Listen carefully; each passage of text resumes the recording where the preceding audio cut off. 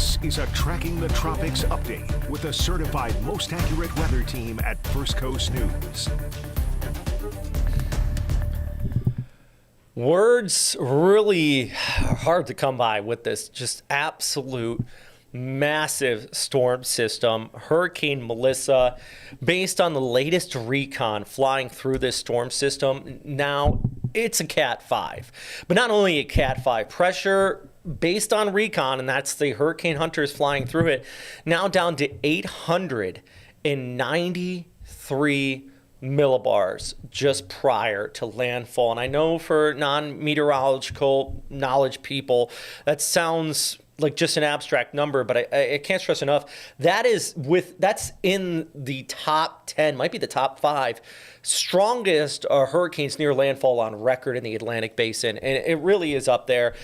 Satellite analysis, that's Dvorak analysis, is what we use as meteorologists when we don't have the benefit of recon. Basically looks at the colder cloud tops around the eye wall and within the eye. It is one of the strongest in the modern satellite era. That's not hype. That's not a forecast. That is real-time analysis, pardon me, on this storm system as it nears landfall. I'm meteorologist Robert Spett. If you're joining in here right off the bat, we're going to talk about this storm system. Stay with you here at First Coast News as it comes on shore. This is casual, so I'm not going to be talking continuous the whole time, but I do want to continue to keep you posted. The video right below me here, we're also going to be streaming that. That's out of Kingston Harbor, and that is actually on the fringes, by the way, of the destructive winds, which are off there towards eastern areas of Jamaica. The core of the inner eye wall is this area right around the center, and this spot right in here, there's a 50 to 100 mile wind threshold there where the wind is just going to turn on almost immediately as it comes on shore. But also, I don't like using this term, but it is the reality of the whole thing here. It's about the equivalent of an EF4 to EF5 tornado. That is, let's look at this, about 50 miles wide within that eye wall. This is serious. And we just got the latest update from the National Hurricane Center at 10 o'clock, now down to 892 millibars. So that recon that was flying through, there you go, 892 with the latest pass. That puts this, if this makes landfall with 892 millibars, on par with Patricia, Hurricane Haiyan in the Western Pacific at landfall. Of course, Wilma was 882 millibars over the Gulf of Mexico, but it wasn't that at landfall. It is still, I just can't stress enough, and I'm trying not to come across as a hyping type person here, but I mean, look at our this is at the top end of our graphic here. It looks like my camera just went offline actually there. Oh goodness, that's interesting. Like I said, this is going to be casual. I'm going to try to get my just change this up camera. I'm going to let the people know kind of behind the scenes, which that could be in-house, or that could be out there and the camera just went offline. Offline. Yeah, so we're going to wait for that to come back up. I think the Kingston camera may have just been knocked off, to be honest. So let's continue to track through it. Just ignore the black box down below me until we get a new feed in there. It's fine.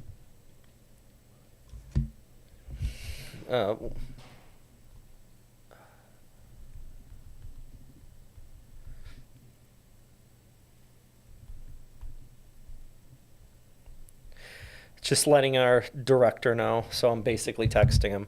Oh, we're back online. All right, good. All right, good. So our camera's back up here, and this is going to happen. And this is out of Kingston, by the way, that shot right there.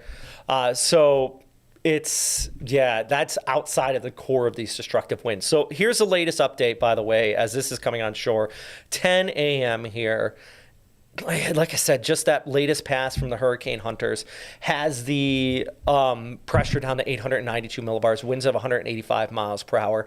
Cat 5 is a Cat 5. There's no arguing if it's strong or not at that point. But this is at the upper end of a Cat 5, basically, as far as the thresholds go here.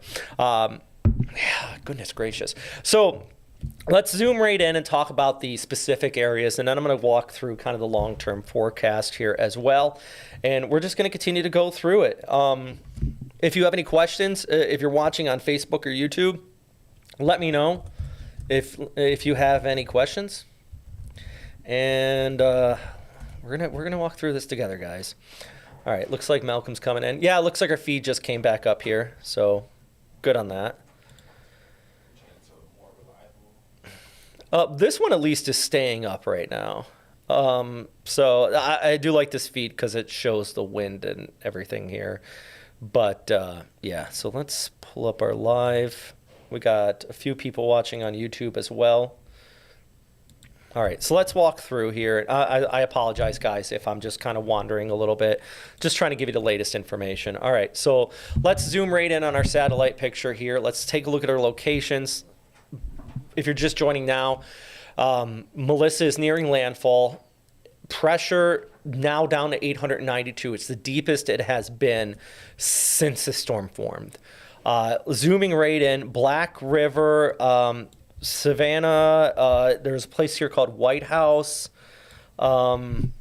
Mandeville, Montego Bay is on the other side of the island, but they're going to be hit hardest by this. These are the areas in the right front quadrant of this storm system that are, see, I don't know what's happening down below. Now it's getting weird again.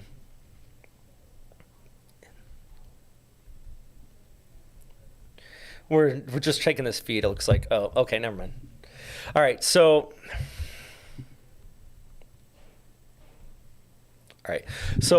yeah, these areas right there in that right front quadrant. I mean, there's very few people on Earth alive today that have seen destructive winds like that, unless you were in the eye wall of like Super Typhoon Haiyan or Patricia here. That's where, and I worry about like Black River right here. See how it's kind of a little inlet? This is a low-lying area. The surge is going to be pushing up to just, Katrina-type levels right in that spot right there as that water kind of gets pushed and thrusted right in some of these low-lying areas. And then, as I mentioned, Montego Bay, just on the other side of the island, even though this is going to cross over the island and even though there are some mountains that will weaken, they're probably still going to see Cat 4 to Cat 5 sustained winds. And then we're talking about winds based on the latest analysis from the National Hurricane Center in that center at 185. But you got to remember, once we get up into the mountains, the higher elevation spots, the wind will even be higher than that. We're talking about surface winds. Once you get into the higher elevation, the winds even pick up more so on top of what we're seeing right down near the surface. So it just goes to illustrate just the intensity of this storm, friends. It has that classic buzzsaw shape. This has moved over what we've been worried about all season in the Western Caribbean. We've been saying this for months now, that the sea surface temperatures are ripe. They are up near 90 degrees right in this spot. So if we get a storm that moves out there, it is just going to have fuel for energy to really intensify. And then you got good shear aloft. It made this turn towards north because of a trough that's passing in, see across the southeast, that's kind of hooked it. So that allowed it to make that sharp right-hand turn here yesterday and then into today, now heading off towards central and western areas of Jamaica. A hurricane warning is in place, obviously, for all of Jamaica. There's no, eastern areas of Cuba, Santiago de Cuba, probably one of the hardest hit areas. I know that non-mandatory personnel have been evacuated out of Gitmo. That's in eastern Cuba. That's the Navy base out there for all of you Americans watching, of course. And then eastern areas of Bahamas, Western, Turks and Caicos, also all under a hurricane warning. Now, by the time it gets to those areas, it shouldn't be the beast it is now, but it will still be potent. Probably a Cat 2 to Cat 3. After it even moves over Jamaica, after it even moves over Cuba, where it will be bringing damaging winds and heavy rainfall there, then by the time it moves over the Bahamas, you're still going to be looking at probably a Cat 2 to 3. And then it kicks off. And Bermuda could even see a Cat 1. So a lot of people saying it's not impacting the U.S. Guys, this is impacting so many people, not just Jamaica, but it's going to rake several islands here, and high confidence on that track here as well. This is another issue. You know, we're talking about the landfall of this storm system and the damaging winds from that inner core of it, but also just the overall rainfall. Prior to Melissa, Jamaica already has been looking at heavy precipitation. So the ground's already saturated. There's already some spots where the rivers were already running high. And then we talk about, on top of that, over the course of the last 24 hours, there's been spots that have seen well over 1 to 2 feet of rainfall. And then you got more on top of that, as shown here. The areas in white indicate 16, 17 inches on top of what we've already been seeing. So the flooding and mudslide risk is by far, it is very evident here. It is very... Yeah. So the question is, when's this going to end? Well, you see this moving over. Here we go. Through today at 5 o'clock, it's going to be starting to exit. So about 3, 4, 5 o'clock, the eye will exit Jamaica. And then it moves out there towards the Straits and into Cuba. But the tropical storm strength winds are still going to stick around all the way through Wednesday morning. You see here, this is Wednesday at 1 a.m., and then it pulls towards the north. So it will improve quickly by Tuesday night into Wednesday morning. But then Cuba gets hit here by Wednesday morning, overnight into Wednesday morning. And then by the time we get to about 5, 6 o'clock on Wednesday, it starts to exit Cuba, crossing the Bahamas here throughout the day on Wednesday, and then moving off towards north with basically by Wednesday night and Thursday morning, even the Bahamas start to see improving conditions with the winds lessening behind it. One other thing is on the broader scope of things, you see how this moves off towards the east, it drags in so much drier, cooler air behind it, which is actually going to be dropping down temperatures quite significantly across the southeastern United States. So that's kind of, if anybody asks for impacts on Florida, Georgia, Carolinas, that's going to be the catalyst for the impacts there, is that cooler, dry air that's going to be spilling in. But it goes back to, right now, this is still a Cat 5 nearing landfall. And this is just kind of the reason why, it's going to get scooped up and kicked off towards north and east, is this big dip in the jet stream as it moves on by, and then it's going to get lifted up. So that jet stream, that trough right there, will protect the eastern areas of the United States from this storm system. I want to show you this, though, the sea surface temperatures. Mid to high 80s where this is right now. I know there were some spots reading near 90. That's another reason why this just intensified right up to landfall here. My goodness. All right, let's take a moment. I'm going to reply to a couple texts here. I'm just staying on the screen, so I know I'm here and I'm watching you guys. I'm also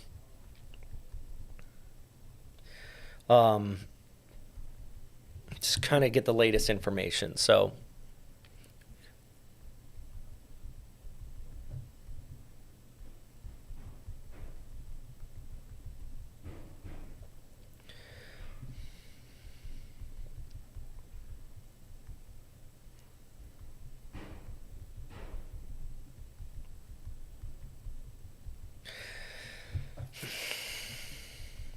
all right. I did just see some videos actually coming out of western areas of Jamaica. I'm a little surprised by that, just because of the fact that I believe power outages are really already going to be taking place there. Kingston, we have our live feed. That's on the eastern portion of the island. You can see that here on this satellite picture. It's the western portion that really is taking kind of the full brunt of this. Let's take a look at some of our questions on Facebook. Okay, we got a lot here. Somebody said tied with Haiyan, Super Typhoon Haiyan. Yeah, it's right up there. What is the estimated wind speed? 185 miles per hour. We got that on the screen here. Update on Montego Bay. Montego Bay is on the northern side of the island here, but The issue is that it is a Cat 5, and yes, there are hills in central Jamaica, but I don't think it's going to be enough impact to weaken it significantly. So Montego Bay is likely, you see, let's zoom right in. So you see Montego Bay. They are going to be in the eye wall of this as it pushes overhead. They might not be fully inside that dome of the eye, but they're definitely going to be within that eye wall where those winds are at 175 miles per hour. That question was from Karen here. Prince Christoph is asking about, is it stronger than Super? A lot of people asking and comparing it with some of the other strongest storms. It's semantics. If we compare this with Patricia, which was the strongest in the East Pac, it's semantics. But based on Dvorak analysis, it is. But a Cat 5 is a Cat 5, guys. I think at this point we don't really need to break down after the fact. We could be analyzing this and see how strong it was, but it's serious. Is this going to be all day, Sally asks. It is moving towards the north at a pretty decent pace right now. Let's go back to this graphic here, 7 miles per hour. So I don't believe it's going to be an all day event by this evening, but it's not going to be an hour or two event.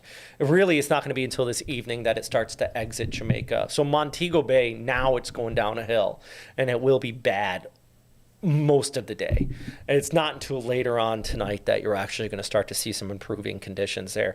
But right now, I mean, the coast of Jamaica here, White House area, Savannah, I'm not going to try to pronounce some of these, but Black River right here, I think that area is seeing some of the worst of the storm surge at this point. Those are the spots that right now are seeing it. They are inside the core of this. God, guys, no time for conspiracy stuff right now. Serious storm. I'll deal with the conspiracy stuff after we're done tracking this, okay? And then Mike's watching from Madrid, and I'm sure there are people watching from all over the world with this storm system, because it's not just a local impact on Jamaica. Multiple countries are going to be impacted by this.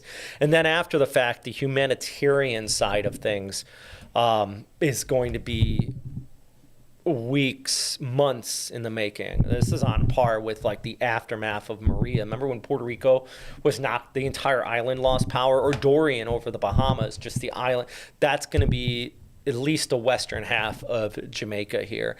And I'm sure power for, if not the whole island, is going to be gone. It seems like the whole island still has power at some parts, because we still have a live feed out of Kingston here.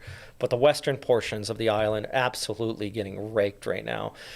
Here's a look at the forecast track for some of you asking about it.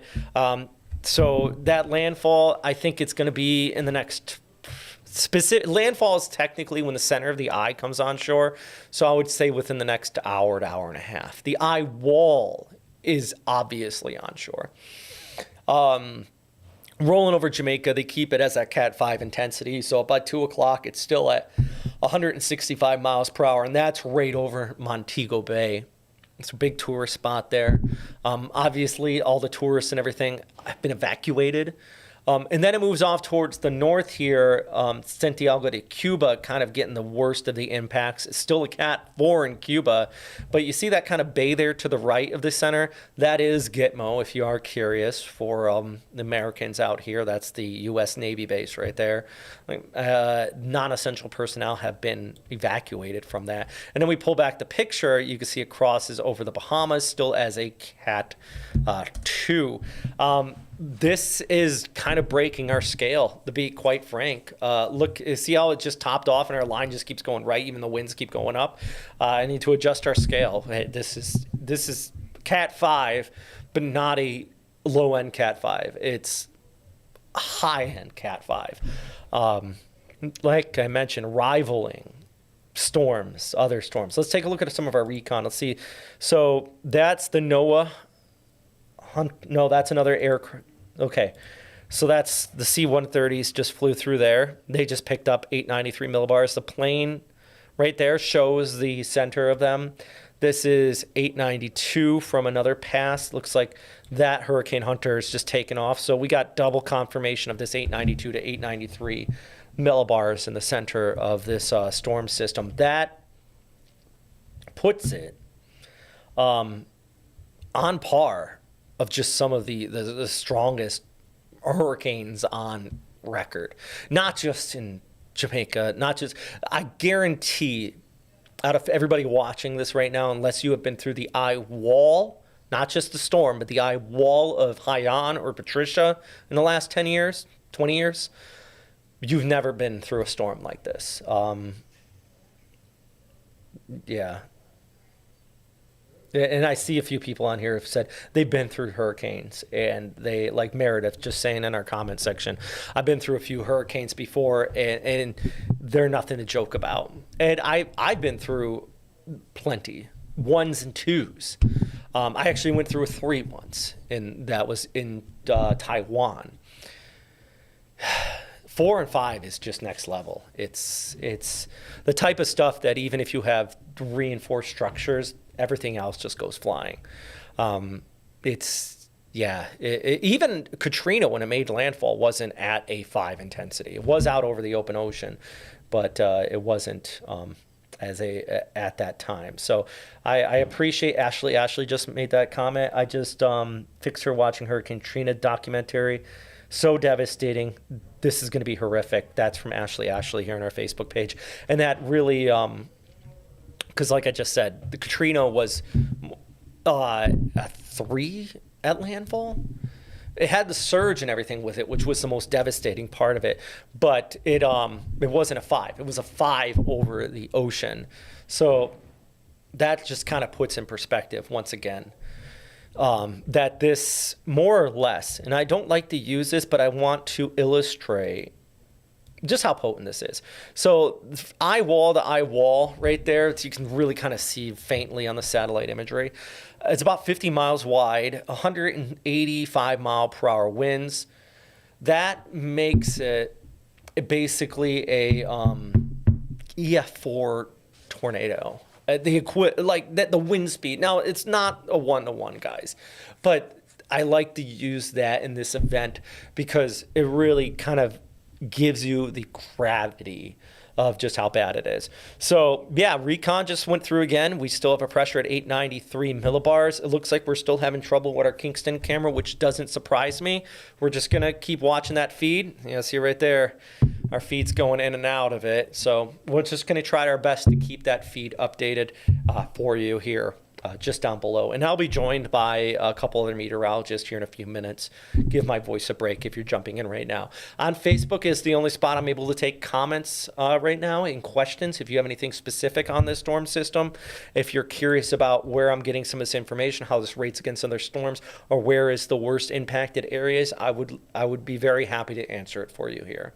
So you can, if you have any interest out there, one of our anchors here at First Coast News has family in Kingston. Been talking with her this morning about, we're just outside of Kingston, and they get hurricane strength winds there.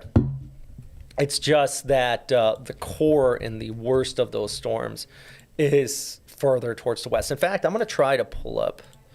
Let me see. I'm just going to bear with me, friends. Just going to try to go through and find any reports. See, Kingston is the only spot on the island right now, actually, with reports coming out. And they got about tropical storm strength winds in place. At the airport, Kingston's airport, it says about 30 knots. Yeah, but they had a gust a little bit higher there, too. So they're getting solid tropical storm strength winds. That was what my camera was down below. It looks like my camera's off again. Let me send somebody here a message. But I'm not surprised we're not getting any reports further towards the west because they would probably be knocked out or power's knocked out. It's one of those things. I do know some storm chasers out there. Videographer Josh Morgaman, he has a TV show.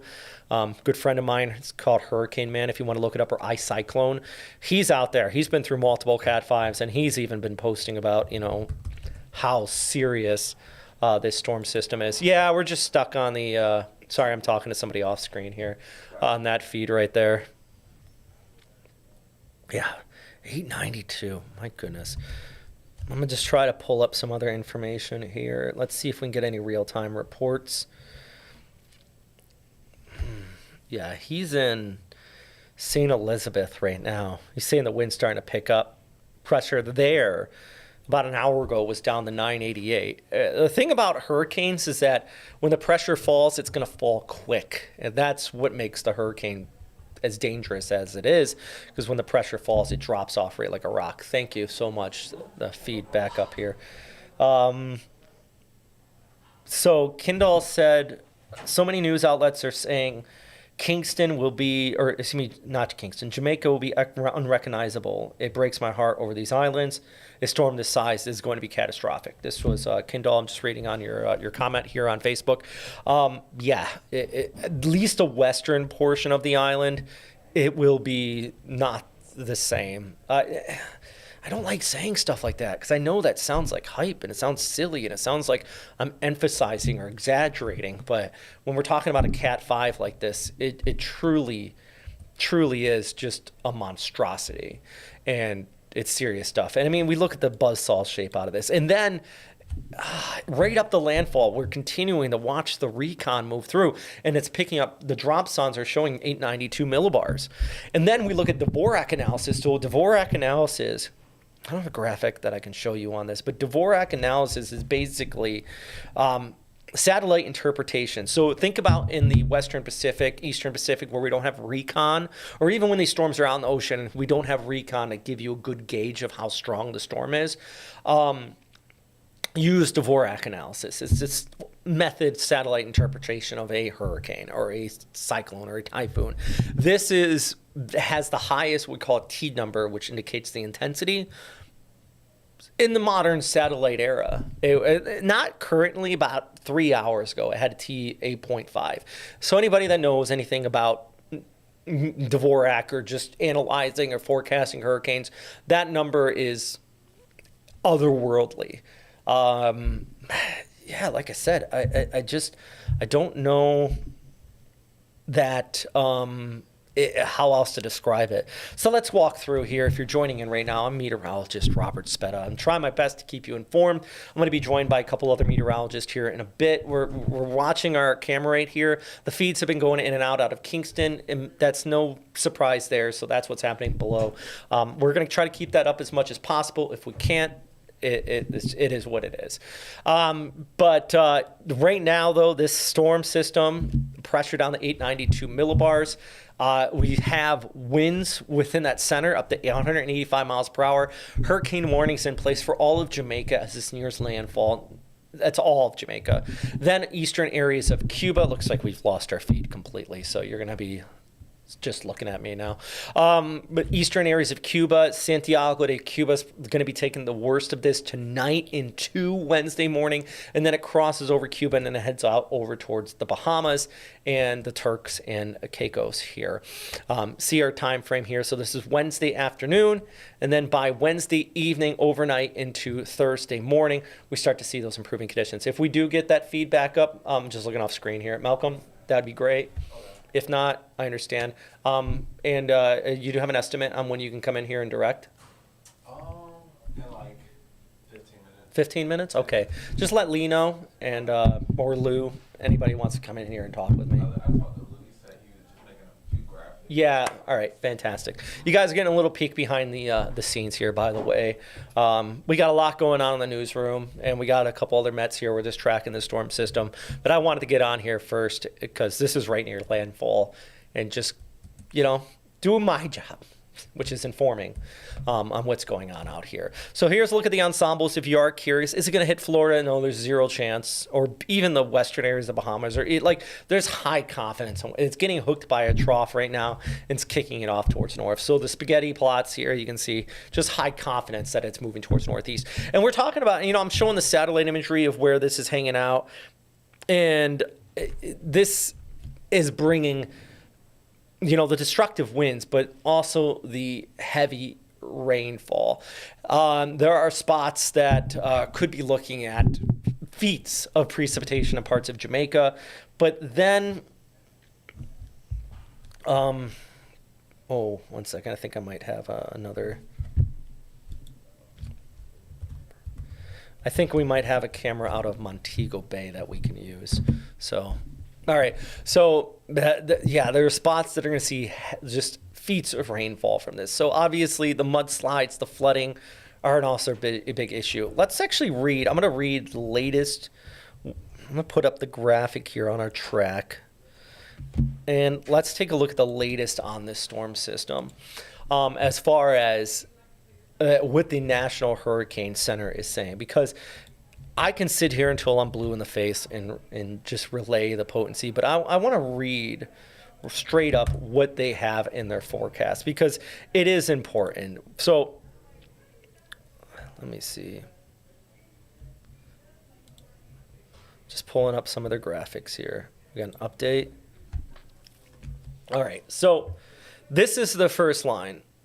Catastrophic winds moving onshore in southern Jamaica. That's the first thing that they put out here, all right? Cam's back up. Oh, okay, so now we have a camera out of Montego Bay, right? So this is in the eye wall. This is actually closer to where the storm, it's on the northern side of the island, but it is much closer to where that low-level center is, right below me here. So just giving you an idea. So as that loads, this is from the National Hurricane Center in their public discussion. And I want to just read this to you. This is an extremely dangerous and life-threatening situation. Take cover now. Failure to adequately shelter may result in serious injury and loss of life. Residents in Jamaica that experience the eye should not leave their shelter as winds rapidly increase in the backside of this eye wall from Melissa. So that means even like Montego Bay, we're seeing below, it doesn't look that bad right now. It will go downhill very fast. That's from. So to protect yourself from wind, the best thing you can do is put many walls between you as possible to the outside. Cover yourself with a mattress, wear a helmet, whatever you need to do to stay safe. NOAA hurricane hunters continue to show that the storm is strengthening with maximum sustained winds at 185 miles per hour.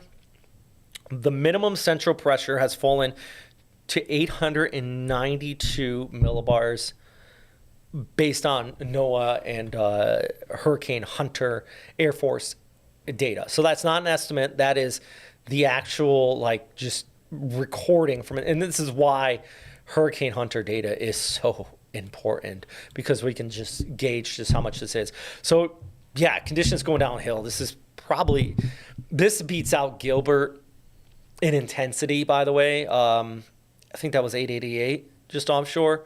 This is at 892. So Gilbert is for Jamaica is the benchmark.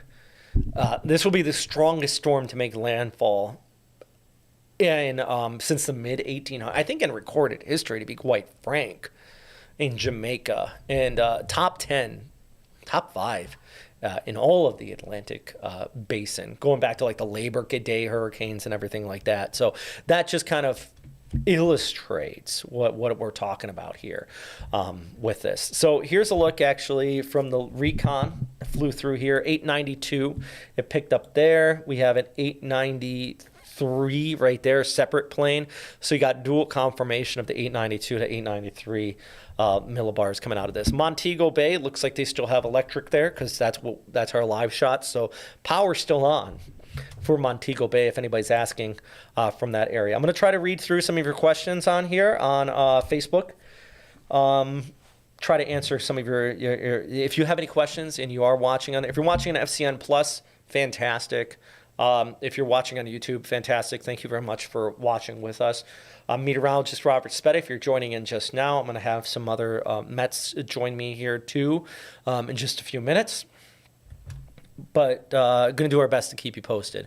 Below me is Montego Bay, and we're watching, of course, Melissa. Where will the storm, Mike asks, a week from now, where will the storm be? North Atlantic dissipated out, maybe impacting Western Europe in a extratropical type way. Is Black River now getting 200 mile per hour winds? Ronald says Black River most certainly is getting Cat 5 winds. The central wind estimate is about 185.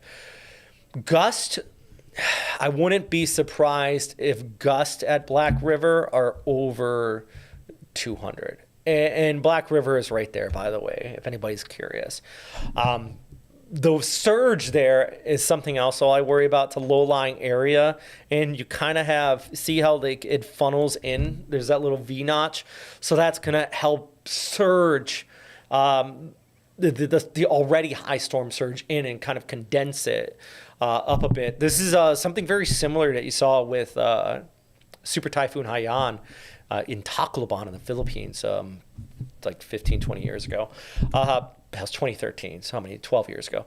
Or like Pascagoula had a very similar because it condensed with Katrina. So that's kind of my worry right there on Black River, is that it is in that right front quadrant. The water's pushing around, and then it's already condensing into a low-lying area there in the inlet. Okay, I got a new graphic here. Let's talk about this. So I'm going to try to pull up a new graphic. Our chief meteorologist, Lewis Turner, just wrote one up here talking about the intensity of this storm and where it is at compared to other storm systems. So this is going to be very good and useful information. Let's pull this up, and I'll show you here. Loading. Let's give it a minute. All right. So, Melissa, asterisk, because this is going to be post-confirmation, all right? But Melissa has a pressure of 892 millibars. You know the Labor Day hurricane? If you've never heard about this, this is in 1935. It is the hurricane for Florida. Bigger than Andrew, bigger than just any other one. You got just name one. 892. This is on par with that. Gilbert, which impacted Jamaica, that's the benchmark for Jamaica. This is stronger than that based on pressure. Rita and Wilma, when Wilma made landfall, so these are all landfalling pressures, it looks like. So when Wilma made landfall, it was an 882 millibar out over the Gulf. When it made landfall, it was at 950 in South Florida. So this could be, big asterisk there, the strongest landfalling hurricane on record in the Atlantic. That's just next level. So I don't know how else to explain it outside of this graphic right here.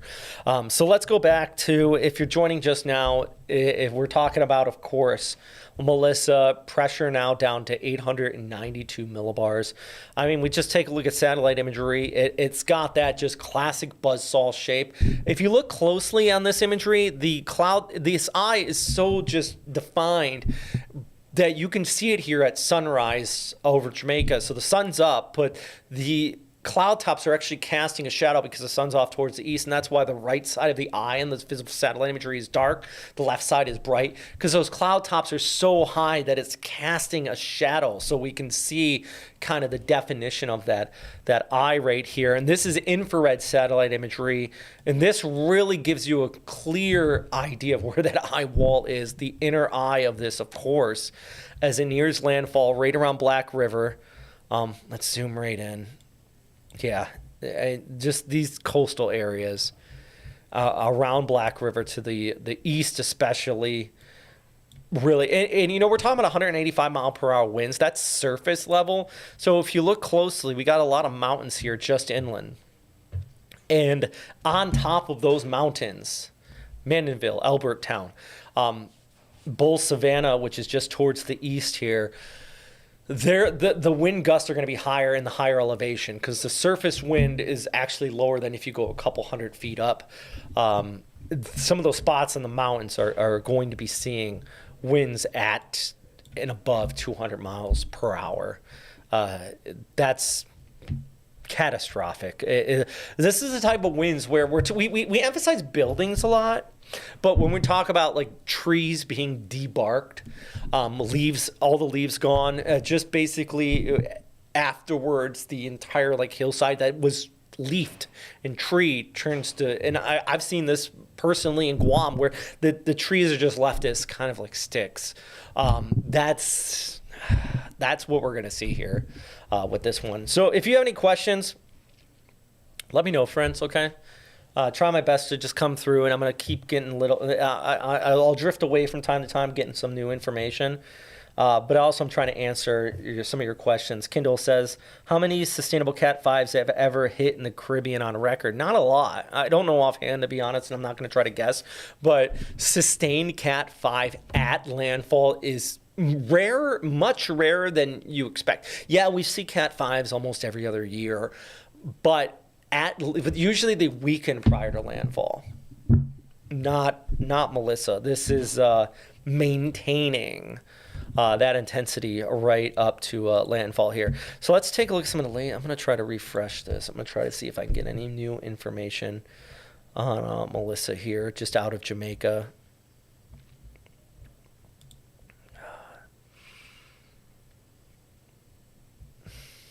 Man.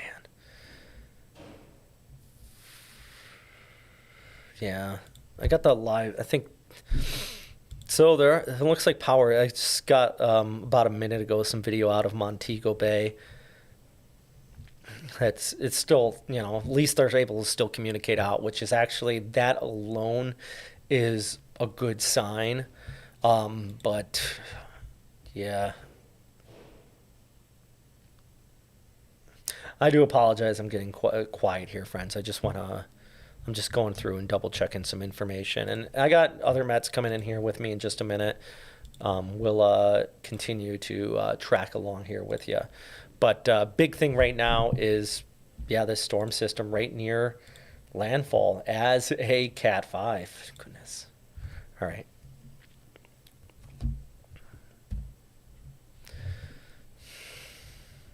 And like I mentioned, if you have any questions, I will get to you, okay?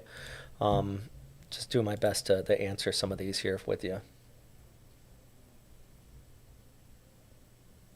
We got another person, a lot of people asking how does this compare to Haiyan or Yolanda. I think a comparison directly is, it's not really fair. These are both high-end Cat 5s, and the reality is that the damage probably is going to be on par, very equivalent to, like we've seen with Patricia, which was one of the strongest to ever make landfall globally, or Haiyan on the other side of the world in the Western Pacific and the Philippines. So it's going to be a post-analysis to see which one's stronger. I think regardless, this is a Cat 5, and it's a high-end Cat 5. Honestly, it's kind of broke our scale. In fact, I'll push this up on the screen here because our in-house scale that shows the storm's history. And we built this so when it gets up to a Cat 5, it's kind of at the upper end. And then you see it's kind of leveled out because winds above 175 don't really happen a lot, if ever, here in the Atlantic. So 185 sustained is absolutely insane, and it's been like this and you can see it went from 170 to 175. We already thought that was incredible, 180, and then as of the 10 o'clock update with the latest pass from the hurricane hunters, now at 185 miles per hour, the pressure down to 892 millibars. That puts us on par with the strongest storms globally. At landfall. Of course, there have been stronger storms. Typhoon Tip holds the record for the strongest storm ever in history with 870, but that was out over the open ocean. No one was being impacted. This could be one of the strongest at landfall, and I was just showing a graphic here a moment ago. I'll come back to in a second how this matches up basically the same pressure as the Labor Day hurricane in 1935 in South Florida that just caused devastation there. Taking a look at satellite imagery, let's zoom right in, and once again, the eye wall impacting Black Creek, southwestern areas of Jamaica right now. They're seeing the max of the winds. Black River and along the coast of Jamaica, basically from Savannah Lamar to Ferris Cross. Cave is a town right there. Bluefields, Belmont, Southern Coast Sandals is actually right outside of White House. Southern Coast Sandals is one of the resorts out there. They're right in the right front quadrant. They're basically located just towards the right of where this is. Or Sandy Ground is right there in the right front quadrant. White House, as I mentioned. The White House and Sandy Ground and Sandals South Coast are definitely seeing a storm surge right now. That is 10 to 20 feet at the least. And maybe they're not. I hope they're not. I don't have any information to confirm that. I'm just giving based on the data and based on where this is right now. Yeah, that's Black River. Right in that right front quadrant, they're obviously getting hit hard. And then Treasure Beach, which is kind of on the southern tip of just east of Black River. Let me go back here. So Treasure Beach is right about there. You have Black River. Sandals Southern Coast is right about there. White House is right there. Those are the spots that are really kind of getting the worst of this, and those are the spots that like that specific kind of threshold I just listed off will be the spots that it will be unrecognizable when this gets all said and done. And I try not to sound like doom and gloom. I'm just going to be frank with you. I'm talking with you guys here, trying to keep it casual because just talking. But that's the spots I worry about the most. All right, so this is 10:45. I'm waiting for the 11 o'clock update to come in. 185 mile per hour winds, though, as of the last update, with pressure down to 892 millibars, according to the recon data. We do know power's still on at Montego Bay, because I have a camera feed right below me here. So at least there's that. Let me check something.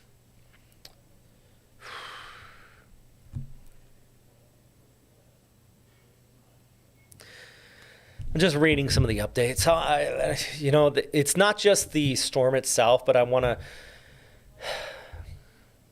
It's not just the winds, but it's also this rainfall that's coming out of this. This is just. I'm just trying to gather my thoughts, friends. And anyways, let me take a couple of your questions. Let's go through this. So, got a couple people asking about how does this remind you? Hang tough, Jamaica. Michelle says I agree. Let's see if I missed any questions here from before.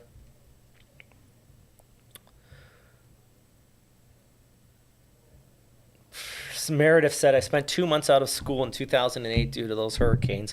Half of the county in Florida I lived in was evacuated. And yeah, the problem is I'm glad you talked on evacuation, because here's the deal. For Jamaica and a lot of islands, you can't really evacuate. You go to shelters. I've covered typhoons. I've never chased in Jamaica, but I've covered typhoons in Okinawa and Taiwan. These are islands. Jamaica is kind of a very similar story where you can't evacuate. You can't, like, where are you going to go? Other islands? So a lot of times people just hunker down and wait for the storm to pass. Now, hopefully people did evacuate from the coast, those immediate coastal areas, those low-lying areas that are going to be hit the hardest. But then you go up in the mountains, you're still worried about flooding and landslides. So there are evacuation shelters. And as long as people listen to the local authorities and kind of got the latest information. Kingston is by far, everybody knows Kingston. It's on the right side of the storm. And they, not to diminish the impacts on the West Coast, but at least Kingston, the largest city in Jamaica, is missing out on that core. They're still getting hurricane strength winds, mind you. But when you look at this, see this kind of higher cloud tops stretching from right to left? It's like those brighter clouds right in there, right near the end of it. See that? So Kingston's on the fringes of those higher cloud tops. The inner core, and we're talking about 185 miles per hour, is right near the eye. It is that inner eye wall that has these destructive winds. And if we had radar available, we'd be able to just see that very clear as day coming out of this. So this is just another. So yeah, you can see here Kingston kind of on the right side, not to say they're not getting impacted. By gosh, my goodness, no. But Montego Bay, Black River, Black River, they're going to be hit the hardest from this. Montego Bay, even on the northern side of it, is still going to be looking at the destructive winds, and that's where we have the camera coming out from below. And places like Treasure Beach, right there in the right front quadrant, that's just east of Black River, Crawford, White House, New Hope. These are all the communities. And then once you get inland, a lot of the communities up in the mountains could even be seeing winds higher than 185 just because of the higher elevation and some of the impacts being felt from that. So that's just another thing I want to continue to stress here is that even away from the coast, this is still going to be just bringing catastrophic conditions. And if you're joining just now, this is one thing I want to point out. So let's look at the SAT image right now. So you can kind of see on this the really bright cloud tops right there. So it's about 40 miles wide for the eye wall. So if you've ever been through a hurricane, you know that the winds, they go downhill fast. So when the eye wall arrives, it's night and day. The hurricane itself is this big monstrosity. And a lot of people out of Jacksonville, where I am, they've been through like the outer fringes and they think they've been through the hurricane. But the inner core, unless you were in Jacksonville during Dora, the inner core has never really impacted that area. The winds will go downhill drastically in a short period of time on the front and back side of it. So right now we're seeing this 40-mile stretch, 40 to 50, where it's, I hesitate to use this term because it's not a one-to-one equivalency, but it really does illustrate my point. It's the equivalent of like an EF4 to EF5 tornado. The winds alone, 185 miles per hour, if you look at just the charts and compare what the wind estimates are. So if you think of that and the destruction that comes in with that, this is kind of, it's not the same because you don't have the centrifugal force and all that, the word, but it's very similar in the just magnitude and the intensity of the winds with it. There we go, 11 a.m. update. No changes. 185 miles per hour sustained winds at 892 millibars. This just came in from the National Hurricane Center.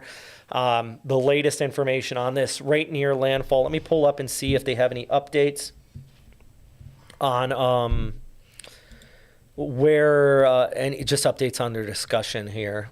And I'm going to read this with you guys, okay?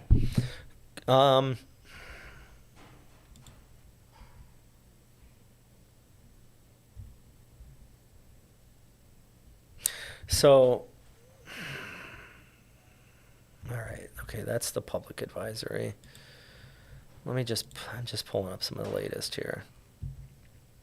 Just bear with me, please, okay?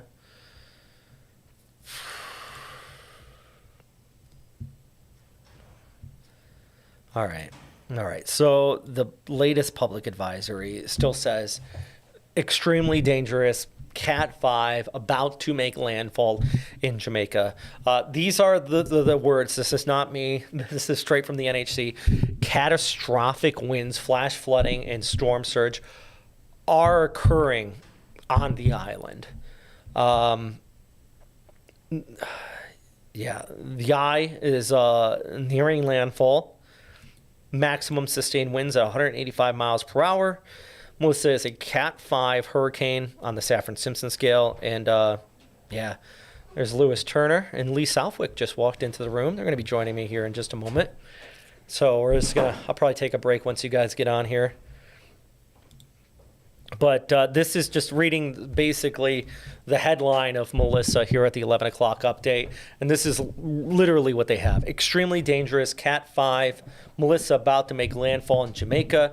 Catastrophic winds, flash flooding, storm surge are occurring on the island currently. And once again, let's go back to our satellite image and we can just zoom right in on where the worst of the impacts are at this point.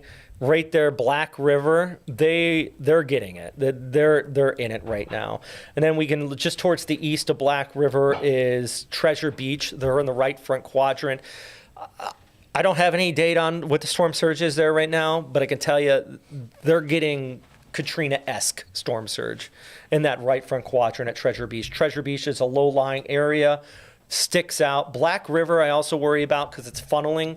So if you look closely here at the map, Black River, it's kind of like this. It's a little, so you have the storm surge, but then on top of that, you have what it equates to is just a funnel. So that storm surge that's already high is going to get pushed up right into that area there, right on Black River, which is right just at the peak in that right front quadrant. Below me is Montego Bay. That's where this camera's coming out of. The one thing that I get with good data out of this is it's a live shot. It shows you the weather, but the power is still on in Montego Bay. So that's good. But the storm is moving fast enough as it moves over the island that we're still expecting Cat 4 to Cat 5 winds because Montego Bay will be in the left quadrant. And then the onshore wind, so low-lying areas there in the bay could be looking at a storm surge. I got our chief meteorologist, Lewis Turner, and a meteorologist, Lee Southwick, here with me. They're going to be jumping in just a few minutes once we get... You're going to jump in? Okay, so, can I jump over to your seat for your laptop? Yeah, go for it. I'm going to take a step off here. And Lee's going to jump in right now. Malcolm's still not in, right? Okay, so we're just kind of moving things around right now. I'm going to let Lee take over. Lee, if you just, I have our live chat up right here if you want to just take a look at any of these questions.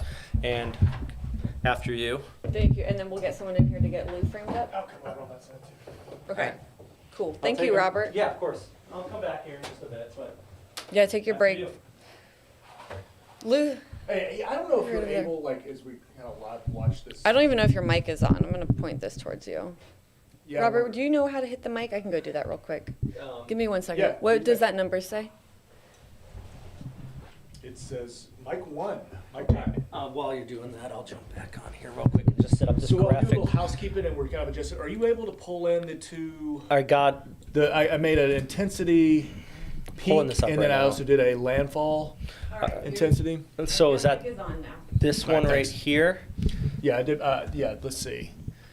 Just kind of for historical there you go. context. So I'll let that's, you that's describe intensity. this quickly. That's intensity at landfall. I have another one kind of peak overall intensity with this, and obviously, what matters most is for life and property is what your peak kind of intensities were at the moment of landfall, and a lot of times, well, I mean, historically speaking, peak ever, with Wilma getting down to 882. We're talking about millibars of pressure, and of course that's how we measure intensity. We think of wind speeds as well, but lower the pressure, and you're going to generally get the strongest wind speed. But Wilma was 2005. It did bottom out at 882, but at landfall was a 950. Right, so just for perspective, with Melissa, it is now at landfall in comparison to the Labor Day hurricane of 1935, would be, if it holds that 892, we'll get that update here in a couple of moments if they update the pressure with it, but 892 would be the most intense Atlantic Basin landfalling hurricane that we've got in recorded history. So 892 millibars was that last one. It was just kind of eye-catching. It is such a, that is a hurricane that we all study. Yeah, as of the 11 o'clock advisory, they're at 892. Okay, so holding at 892, and most likely will be that 892 when it finally kind of officially makes that landfall. Live camera, Montego Bay, as it kind of pans around. Montego Bay, the way it's oriented on that kind of northeastern side. Waves. Yeah, and that's the other side of the island, so it's Yeah. not getting those direct surge and impacts at this moment, kind of on the edge, but you still see emergency vehicles able to drive around within this. If you were in the southern side of the island, the southeastern kind of quadrant of the island where this is making landfall, what you're seeing with the emergency vehicles driving around wouldn't be possible, and that's why the protection, taking your life-saving precautions, is so important, because emergency officials just can't safely get to anyone. So we have to kind of wait on pictures from that side of the island as we have this from Montego Bay side of things. it just like hurts my stomach. Like you said, that's on the other side. Anyone who's been there, Montego Bay, big vacation spot, and you know how tranquil it usually is. Oh yeah, that's where I honeymoon. Is where you honeymoon? Yeah. Yeah. That's where it was. I was there 2 years ago. You can't help but think of all the people, all the wonderful people that you meet while you're there. I like that they're panning around, trying to give us a more of a view. Obviously, the wind's picking up. I wonder here, I'm looking through Robert's graphics to see if we can get wind speeds in Jamaica. But the latest advisory still as of 11 a.m., it's making landfall with winds of 185 miles That's an insanity. hour, pressure of 892. It's moving to the north-northeast at 9 miles an hour. So it's still not moving as fast as I would like it to. Of course, we're glad that forward speed's starting to pick up compared to the 2 miles an hour that we had yesterday at 11 p.m. But as it continues to move north, it will continue to pick up. Let's take a look at this satellite image here.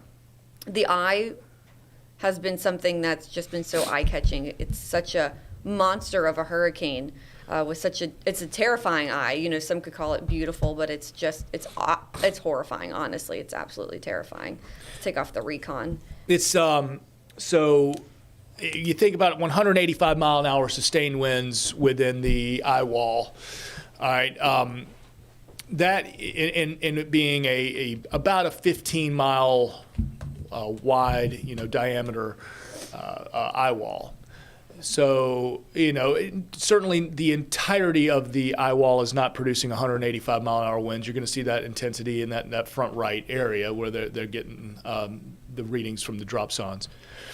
But, I mean, just for perspective, if you think about the size of this thing, if you were to interpolate 15 miles wide at that eye wall at 185 mile an hour winds, I mean, this would, tough to make this exact comparison, but a EF4 tornado would pack winds of up to 200 miles an hour. So you're talking that 185, that would be the equivalent of an EF4, a 15-mile wide path of destruction that could be left on either side of this eye wall, most particular that front right side heading towards the Black River of Jamaica. So just absolute devastation. You want to switch it out? Yeah, I'll come over here. Lee, you come back here. You're already framed up right there. Oh, You're framed up. okay. Yeah, I guess that's the most thing to do. You want to bring in your computer and you can jump on the other net. Dad, I don't have a charger. Wait for a charger. So we got Lee Southwick. We were just talking to Robert Spetta. Has been streaming for how long? About an hour and a half? Yeah, about an hour. My guy needed a break, so he's just saddling back up. Taking a look at Hurricane Hunter is still actively kind of circling this thing, and to get the most accurate data, we've seen lowest central pressure at 892.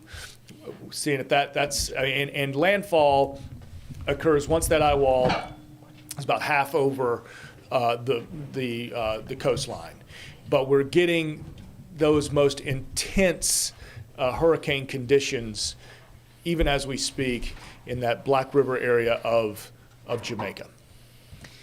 So Robert, yeah, impressive.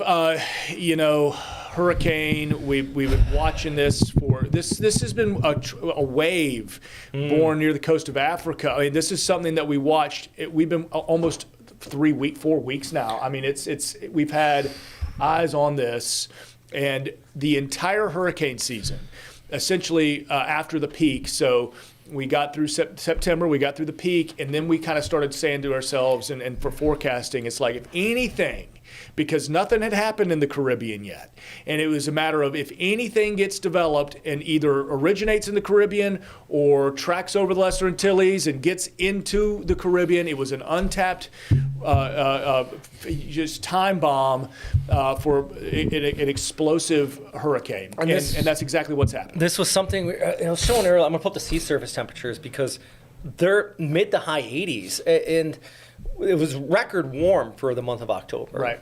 So all you needed was a storm to get there, and that's what's happening. Shout out to the NHC and just forecasting it, by the way, because they expected this turn towards north, this sharp right-hand turn. A lot of people were thinking it wasn't going to happen. And it's right where we expected it over Jamaica. Originally, there was a lot of low confidence, though, right? It was when it was first south of Hispaniola. We weren't quite sure, but the guidance really all came together. And now, I mean, you just see the ensembles here kicking off towards Also, I'd like to northeast. give them a shout out for their intensity forecast too, because while some of those models are showing it only staying at Cat 2 strength, they were always going on the upper end of that, and they were absolutely right to do that. And I guess that goes to Lou's point is was it untapped energy, right? And once it hit that, the NHC saw it coming. Hopefully enough warning ahead of time. I've heard mixed reports. What have you two heard out of Jamaica? Because I've heard mixed reports about the level of preparation. I know there's a lot of people that did prepare, but then I also have seen some storm chasers down there saying they're kind of, there's a mindset that it might just be another storm. I know that people, first and foremost, there's a lot of people trapped there. There were not enough planes out, so there are a lot of people who are vacationers and don't really know how to prepare. They all got trapped there. You can also just see that on social media I follow. You know, there's like yoga instructor influencers who are there on retreat. They're stuck. There's so many people stuck in Jamaica because there weren't enough planes out when they realized this was a serious situation. So they're already there. The people on the island, I saw lots of reports of them clearing out the shelves at the grocery store, buying up all the bread, you know, preparing how they can. A lot of people who have lived on Jamaica, on the island their whole life, they know how to prepare for a storm. Yes, I do think you're right, Robert, that we have that here too. It's a problem here on the First Coast. We've been through a hurricane. What is this going to be? How is this going to be different? So they think they're prepared. I do think the National Hurricane Center has done a great job of their wording. For instance, right now I was just reading their newest advisory when they're talking in all caps and using exclamation marks. This is an extremely dangerous and life-threatening situation. Take cover now. So I do think for those who have been trapped there, I think that a lot of those resorts are fairly well built. I am extremely concerned for these smaller communities, especially those mountain communities. Lou, you and I were talking about the mudslides and the landslides.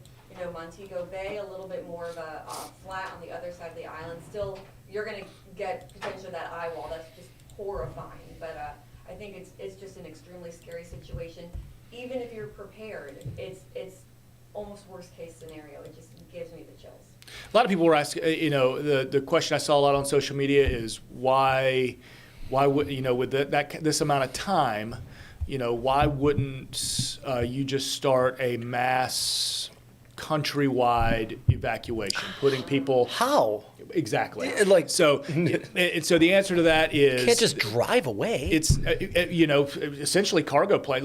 But where and how is the exact. I mean, but I get it. Like, I get the asking the question. You know, you look at Jamaica on a map and you think to yourself, oh well, it's a small island. No, I mean it's an island nation. It's its own sovereign country. It's 150 so miles long. It's provinces. It's got major cities. But as Lee kind of alluded to with the resort side of things, when it comes to evacuation and you think about the island, you as we always say, you run from the water, you hide from the wind. Now this wind at 185 miles an hour is one of those things. It's like, how do you hide? Well, Jamaica, I was just looking at Cuba and its potential impacts, but with Jamaica, the construction of most structures, most homes in Jamaica, at least it's cinder block. So perhaps, the messaging has been get to higher ground, get away from the coast, especially in that southeastern part of Jamaica. In places, on the eastern side of Jamaica, you've got southwestern, side where Montego or Black River is. But Kingston on that eastern side, now that is one of the areas where I'm more concerned, obviously not the winds, but I'm more concerned because this is the mountainside, all right? So, of course, there's mountain ranges that kind of split the middle of Jamaica, but Kingston has the highest elevation. You're right at the foot of a 7,400-foot peak. in those Blue Mountains, and that would concern me for loss of life when it comes to water in 3 or 4 days with those land and mudslides. Oh goodness. So really, it is a conundrum of how do you truly prepare, and you hope that the country has those officials getting the folks, forcing them to take it seriously in a strong structure, higher ground.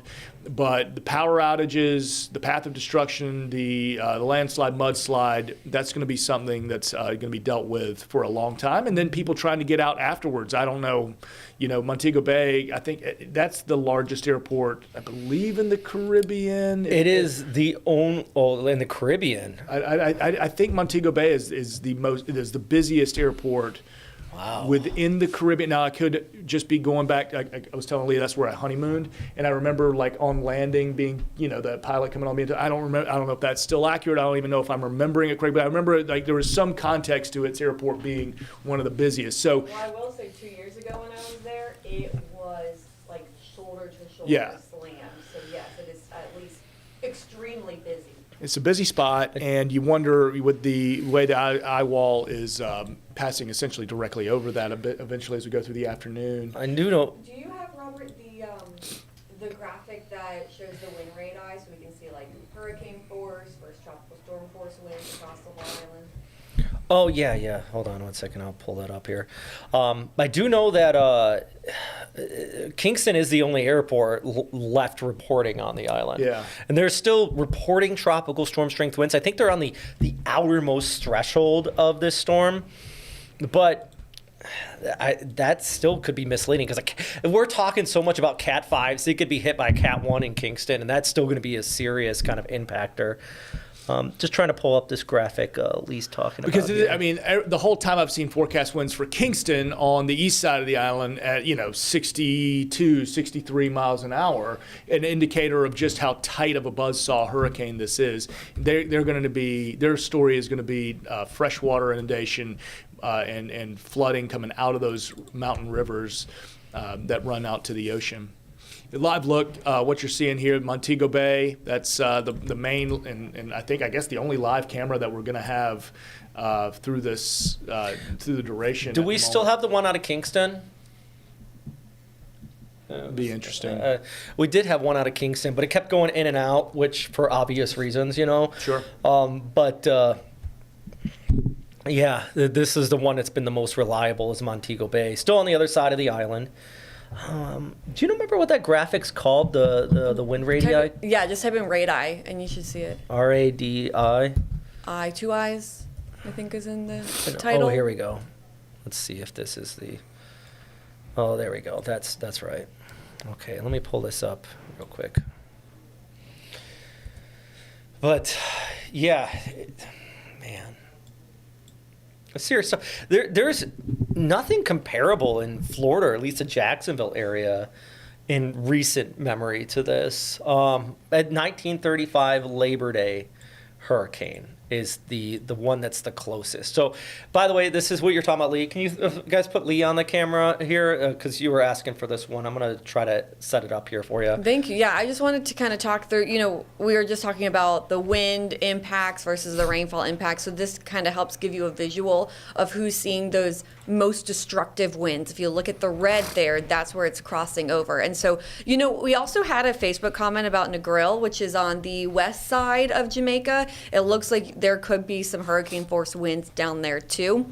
Thank you, Robert, for getting this all fixed up for us too. And so what we're going to do is just look at this is your hurricane force winds versus your damaging winds versus tropical storm force winds. And so you can see it's really that western side of Jamaica getting the worst of these winds. That's where you could have winds of 180 plus miles an hour gusts, it could be even stronger. So that's from Bulls, Savannah. It does include Montego Bay. Meanwhile, Kingston, which we've been talking about, maybe just some tropical storm force winds. However, that's where you have the rain. So just because you see this with the tropical storm force winds doesn't mean they're not going to get the worst of it, because then we have to worry about the rain the flash flooding, the mudslides, the landslides across the area. But as for your worst winds, that is the west side of Jamaica. And then also, Robert, if you want to advance it north, we can just take a look ahead to Cuba too, because of course it's going to cross over the island and then head towards Cuba. And although it's weakening, we will see tropical storm or hurricane force winds, damaging, destructive winds over portions of Cuba. And yesterday, Robert, I'd love to see how this looks now, because last night okay, so you can see if you back it up there, Guantanamo Bay was right on the edge of that possibility of damaging winds. It does, as this has continued to kind of shift to the west some, it does look like Gitmo is now out of that damaging wind, but still tropical storm force winds, still all of that rain and that flooding risk. I'm just actually just looking at, Lee, here a live video out of a Treasure Bay, excuse me, where it looks like their feet actually just stopped here. It's straight up full on major hurricane there right now. I'm actually surprised they're able to get the feed out, but it looks like it just stopped while I was looking at it. I was going to try to see if we can get the rights to it, but to be able to share it here on our stream with everyone here. This is Montego Bay. The video I was just looking at was right in the right front quadrant at Treasure Beach, which is on the other side, the south side of the island. But even here in Montego Bay, this is the north side of the island, and they're already seeing the winds pick up at that south side, Black River out through Treasure Beach, just in a different world of impacts. A lot of people are asking, how does this compare up? One of you just make this graphic to Jamaica hurricane history? Or maybe... Prangley was working might on have... that. All right. Let's see what he's got. Because I know he's talking about Gilbert here. And a lot of people are comparing up with Gilbert as that passed over the island. It wasn't... I think he's still working on this one. Wasn't quite this strong. It actually was relatively, I wouldn't say it's weaker, it just was up to a major hurricane status.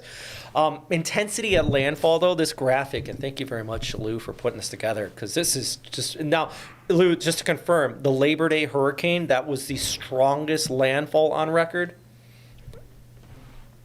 here?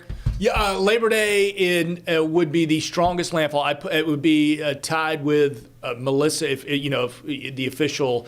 I put the little asterisks on 892 just because we haven't had official landfall yet. We'll wait and see. Then even afterwards, they're going to have to confirm it. That has to be so. 892 would if that holds, would tie the Labor Day as most intense landfalling hurricane. Now I see a lot of people asking, well, Wilma was stronger, but Wilma peaked right over the Gulf, didn't it? Yes. It had that pinhole eye. I can never forget that. Yes. And that was 882 millibars. Yeah, and ultimately making landfall at 950. So it did weaken as it approached. So how do we know it's at 892 millibars right now?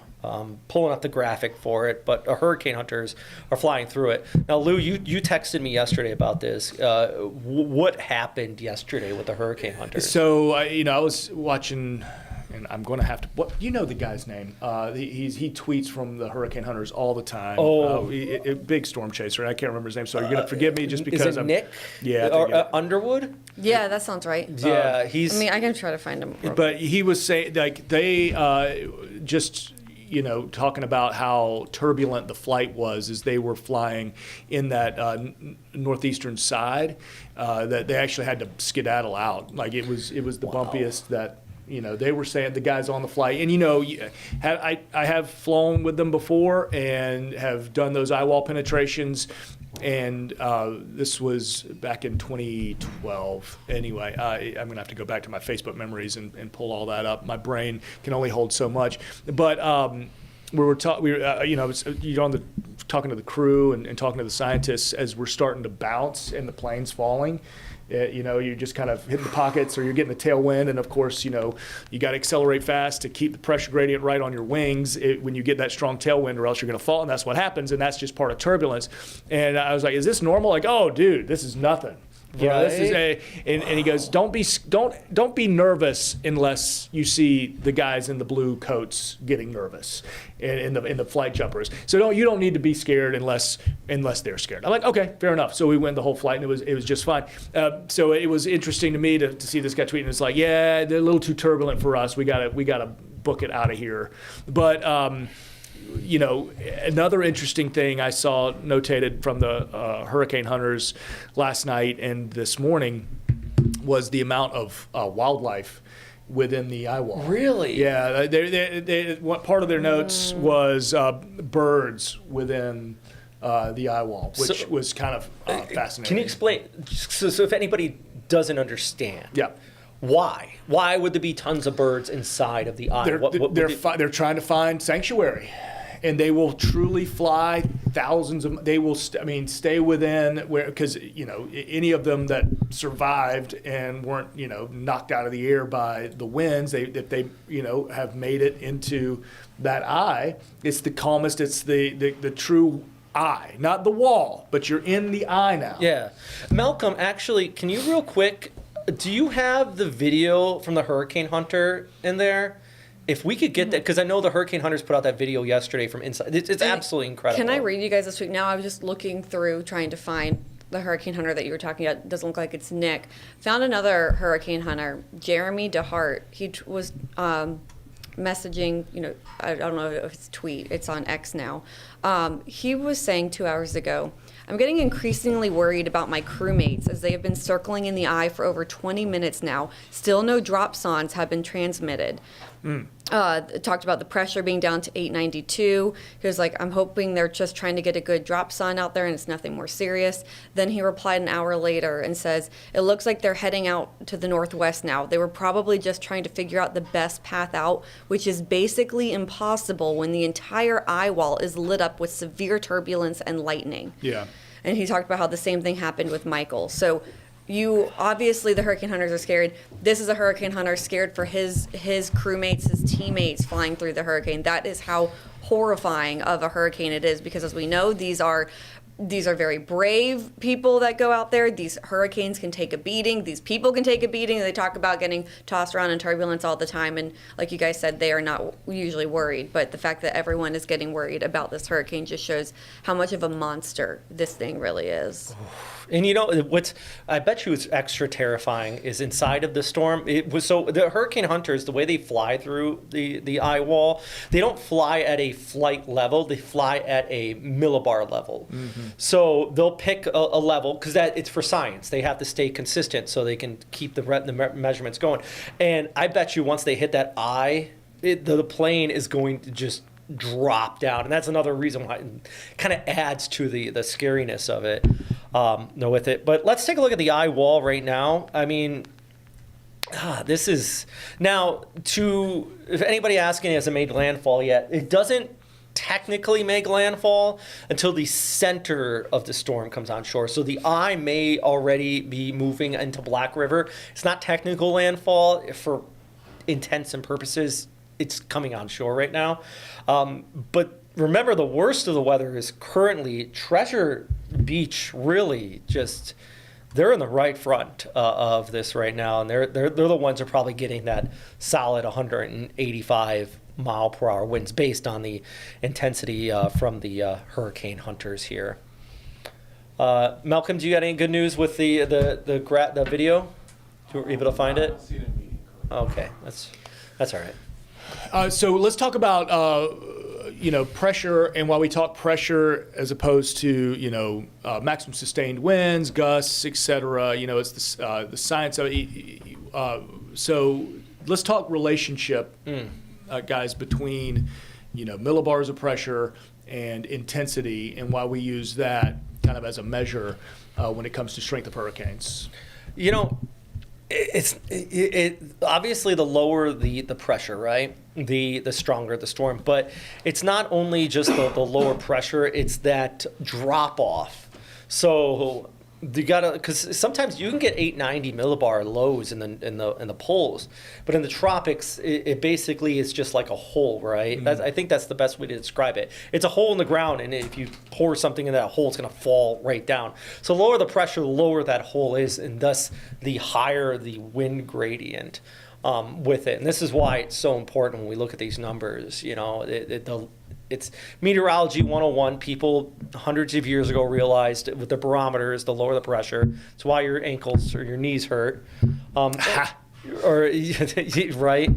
What do you think, Lou? You could probably describe it. No, I couldn't agree more. It's about the gradient. It's about high pressure runs to low pressure, and when you've got higher pressure surrounding this tight buzzsaw, it is what is ultimately trying to fill in, and that's why you have these rushing winds into that center of circulation, and it goes back to the other thing you kind of learn in Meteorology 101 is the classic image of the figure skater kind of pulling their arms in versus holding their arms out. You're gonna the tighter the eye wall, centripetal force is just going to intensify things even more. So that's why we say that pin eye sort of look, which just kind of is astounding, is how clear it is all the way down to the base. And it truly is one of those things where the eye itself, why the birds would be in there, and one of those spooky things, if you get yourself into it, how you see the wildlife, you see the birds kind of hovering around in there and just kind of following right along, waiting for an escape essentially, or a safe haven. But yeah, they'll fly 1,000 miles, just kind of tracking right along with this thing. So the wait for that official landfall, again, as Robert mentioned, we got to get the center onto land, and then we'll have hopefully a little bit of weakening as it goes over some of those higher elevations, and then reemerges back in the Caribbean heading towards Cuba over the next couple of days. And beyond now, this is truly, it's been such a slow burn. It's been one we've watched for so long that we're going to now start seeing some pretty quick forward momentum, kind of shifting it back into a higher gear as it gets caught across these fronts that have been moving across the southeast United States. Yeah, let's talk about that a little bit. The kind of broader scope, because we're focusing, obviously, we're right near landfall for Jamaica. But I'm going to pull out the broader picture and talk about where this is going, because, of course, Jamaica's getting kind of the worst of the impacts, but it is going to move towards the north. Lee, do you want to take this over and I can kind of scroll through for you here? Or if you're looking up something, it's fine. So I was doing a couple of things. Sorry, I don't. I'll walk through it. Real quick, I was monitoring messages on Facebook, and you just answered this, Robert, but I'm just going to press home again. Our last comment says, it seems like the hurricane had made landfall based on satellite image. Is that correct? And it's not yet technically landfall. As Robert said, it's the center that has to move, the center of the eye, the center of the hurricane that has to move onshore for it to be classified or declared as official landfall. But it is definitely starting that process. Landfall is underway right now as we speak. And that's semantics when it comes down to Yes. it. Because the worst of the weather is there. Yeah. It's... Yeah, you know what, too, Robert? Like, I had to get off of Twitter. I was trying to, like you said, you were trying to collect videos. I'm trying to collect some videos that we can show people. And it as you said earlier, full-blown hurricane happening right now. The videos are horrifying. And then what's scarier is when you realize that they were posted an hour ago. So it's even worse now, but communication is failing at this moment. And so we actually don't know how bad it is on the ground right now. There was a storm chaser there too that was trying to share his live feed. I was trying to get it to load. It's not loading for him. Just communication is failing. This is an extremely terrifying situation. That's what happened. This video I just had out of Treasure Beach. Pretty good video. But it went down. Actually, looks like, I don't know. I can't show it, but I'm just gonna I'm gonna put the sound up. Oh gosh.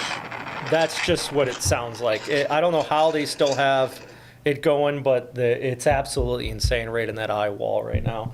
But that's out of Treasure Beach. They're definitely seeing major hurricane sustained winds at the moment. Do we also have a graphic, Robert, of like estimated rainfall totals, just to kind of look at how that would play out across the island? Yeah, of course. I'll pull that up right now, And and then then we'll get into that long range. Yes. Sorry. Yeah. That's what we were talking. Sorry about that. I was just so focused this on is these videos. because the wind is important, but the rain and one thing that we actually. If you're just onto the scene right now tracking this, you're probably thinking, okay, the rain's bad. But it's been raining in Jamaica pretty heavy for a couple weeks now. Yeah. So the grounds are already saturated. But here you go, Lee. You can take this away. Okay, so it looks like if you look closely at the island of Jamaica, that's near Kingston, where there's another swath of very heavy rain falling. Look at that. It looks like about 10 plus inches of rain, which is what Lou had been talking about too. So you're in the mountainous area. So although they're removed from the worst of the winds, they'll still get some wind impacts. So it's a big hurricane. They'll have at least tropical storm force winds, which we know knock over trees and power lines, cause power outages. But it's the rain that's so concerning for that side of the island. So nowhere in Jamaica really being spared. I mean, over 10 inches of rain, maybe up to 14. That's a light pinkish purple there that's coming in. And so Kingston right on the side of that, maybe more like Let's 8 to 10. remind everybody that's on top of what's our. So this is current real-time data. Correct. And then we're looking into the future. And so as he said, it's already been raining there for days. The ground is already saturated. That's dumping on top of it now. And so this is why it will be a long duration event, even while we're talking about Melissa in Cuba or the Bahamas, because that is where it's going. We'll still have to check back in on Jamaica because they are still flooding. They are still getting those landslides, those mudslides out of the mountains. Of course, horrifyingly too, there's a lot of Jamaica that we won't be able to check in with for couple of weeks because the way that communication is going to go down, the way that some of these towns are going to be absolutely ravaged and destroyed. You know, guys, just from personal experience, when I was working in New Orleans and we went through a hurricane there, we lost communication for about 4 days, lost power for 14 days. That was my parish. And we lost water for 5 days. And that's connected to the mainland of the United States. What hurricane was that? Why am I totally blanking right now? Because I have Melissa on the mind. Ida? Ida? I was going to say Ida. Ike. Ida sounds right. Ida. 2022? 23? And so, but and we had linemen coming in from all over the country. We had supply showing up, trucks showing up with, they were trying to set up these Wi-Fi centers, and we still were disconnected. I still could not reach my family for days. We're talking about the island of Jamaica. You got to get in. I think, unfortunately, we are going to be disconnected from them for a very long time, which is it's just so sad. I mean, it even goes back to what Lou was talking about earlier, was that you can't just evacuate. And like, let's say you did have a plane. You had enough planes to send hundreds of thousand people off the island. Where are they going to go? Because each country is their own country. You have to. It's a whole geopolitical thing on top of that.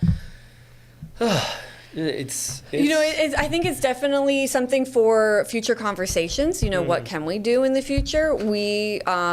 We have these very warm waters, as we had all talked about. We knew that if something was going to form in the Caribbean, it was going to be a horrible hurricane. So what can we do in the future? How do you get people out? What's the plan? I think that is something that can be a future conversation, absolutely.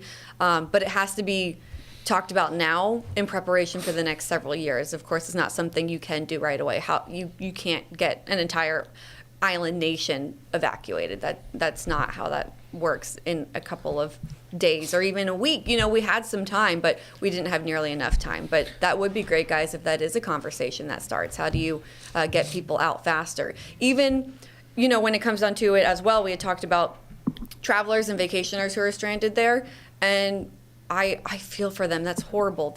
They're also taking resources from the people who are there on the island too. So how do you at least get the people out who aren't even supposed to be there, or they're supposed to be there but they don't live there? Get them out of the way so the locals can focus on taking care of themselves. It's not like there are people at the resorts that they're working at that they have to worry about too. They can focus on them and their family. And so I think, that is definitely a much bigger conversation for the future. And I am glad that I don't have to figure that out. I think we would all love to help in any way, but that is a very difficult task.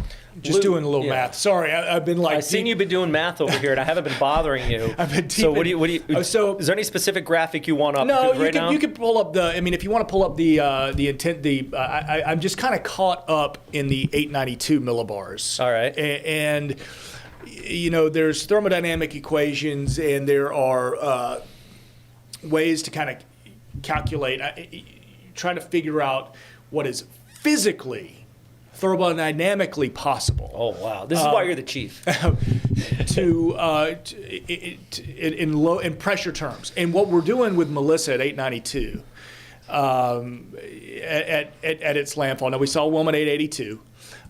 What we're seeing is we're getting to the kind of the maximum intensity that you possibly could, considering air density, considering the water sea surface temperature as well. You got to remember a hurricane is a self-driving engine. It is not interacting with fronts. It is not strengthened by any sort of forced lifting. It is all driven by essentially this heat engine from latent heat release from condensation. So you get evaporation, you get condensation, and those mechanisms alone are so powerful within something like this that you get these incredible pressure drops. So, when you talk about physical limits on planet Earth, in the Westpac, this would be called a super typhoon.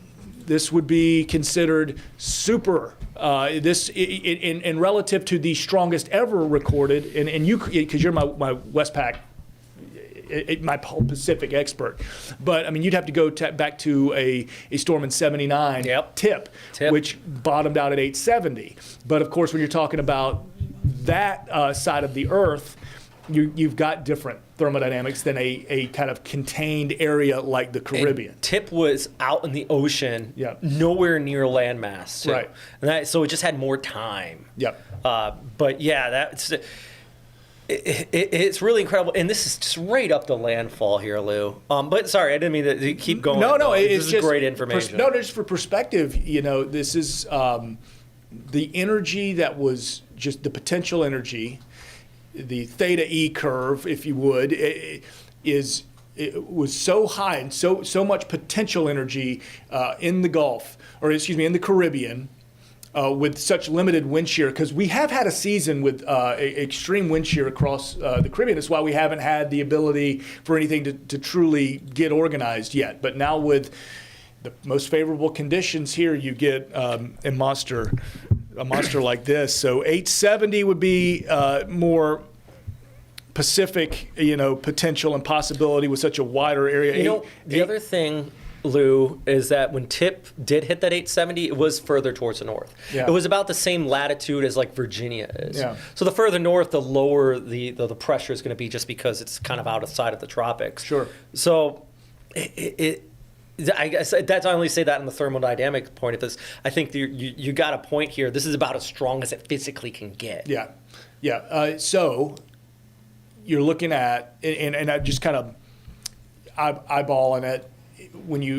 And of course, you don't have 180, 185 mile an hour sustained through the entire circumference of your eye.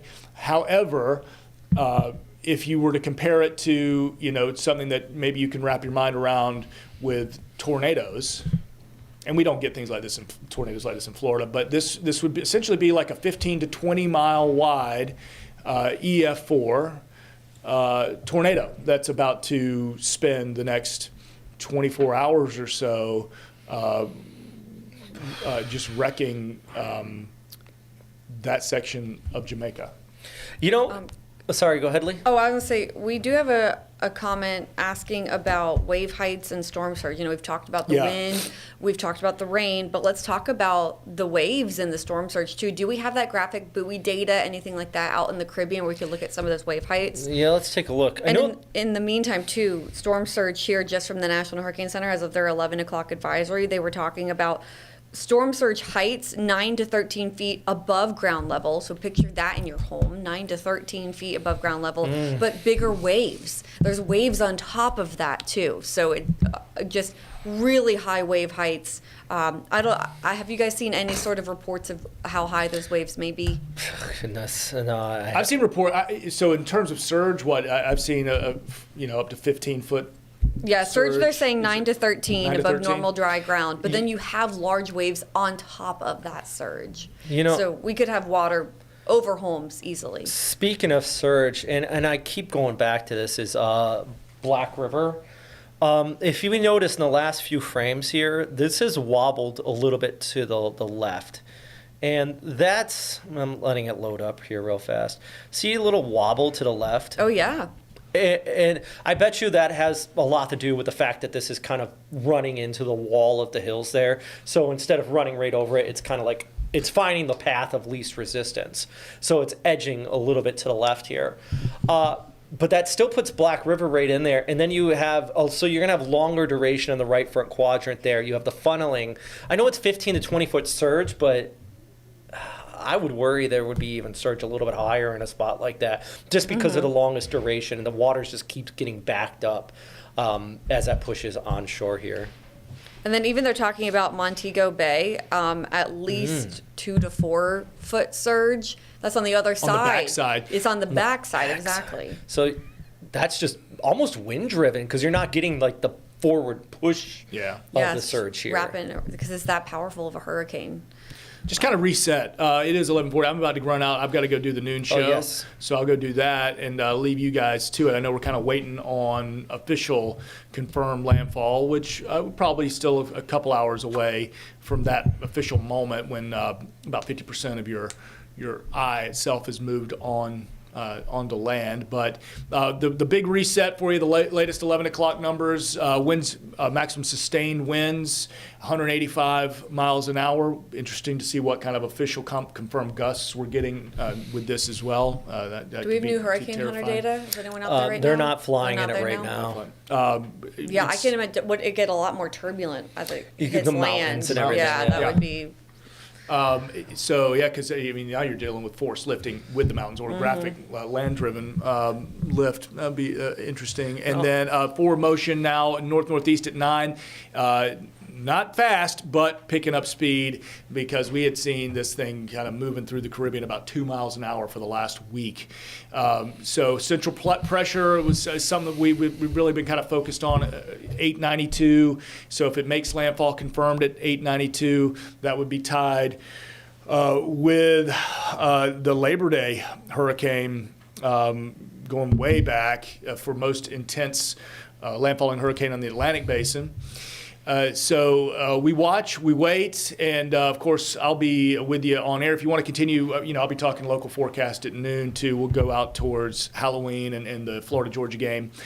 But otherwise, fascinating stuff as we continue to look at some live cameras and check in and get the latest information for Jamaica.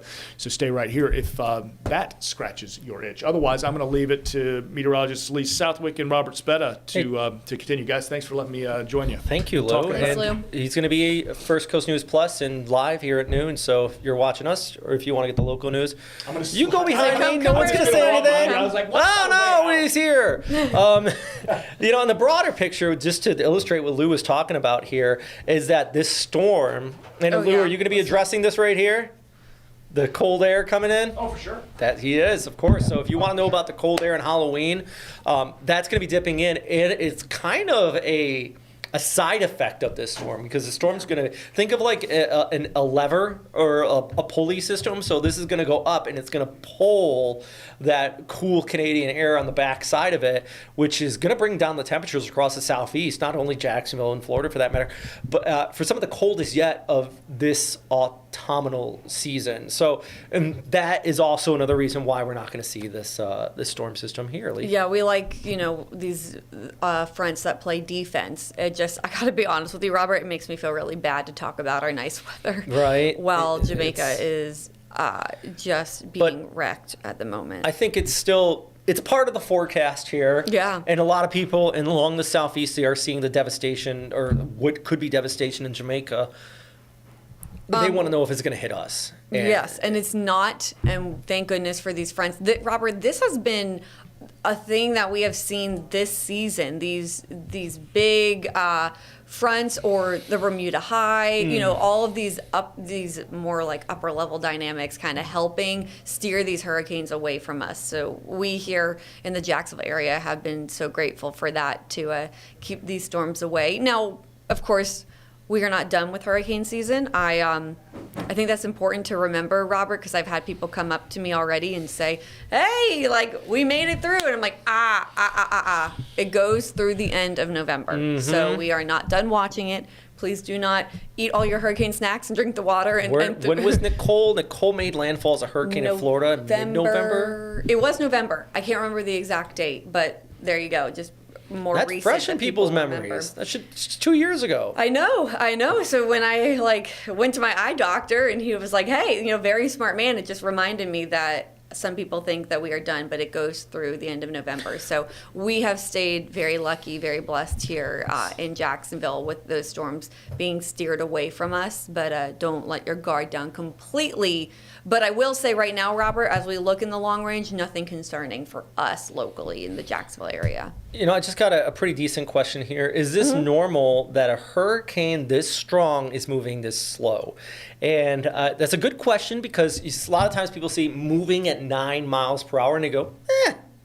But the intensity is the motion, the winds, not the forward movement. In fact, the slower moving storms is bad because then you are getting those 185 mile per hour winds over a longer duration of time. So Nico just asked that question. Good question. And that reminds me of, is it Zeta? This was back in 2020 when we were in the Greek alphabet for names. Oh. There was a Cat 2 or 3, I think Zeta was, made landfall, but it was fast moving. And so it did not cause nearly as much damage as one would expect for a hurricane of that strength. However, because it was so fast moving, it moved far inland and before it really lost its strength. And so there were category 2 impacts in central Alabama where there are not building codes for that. And so those fast moving hurricanes can cause a lot of damage and destruction inland because it actually reaches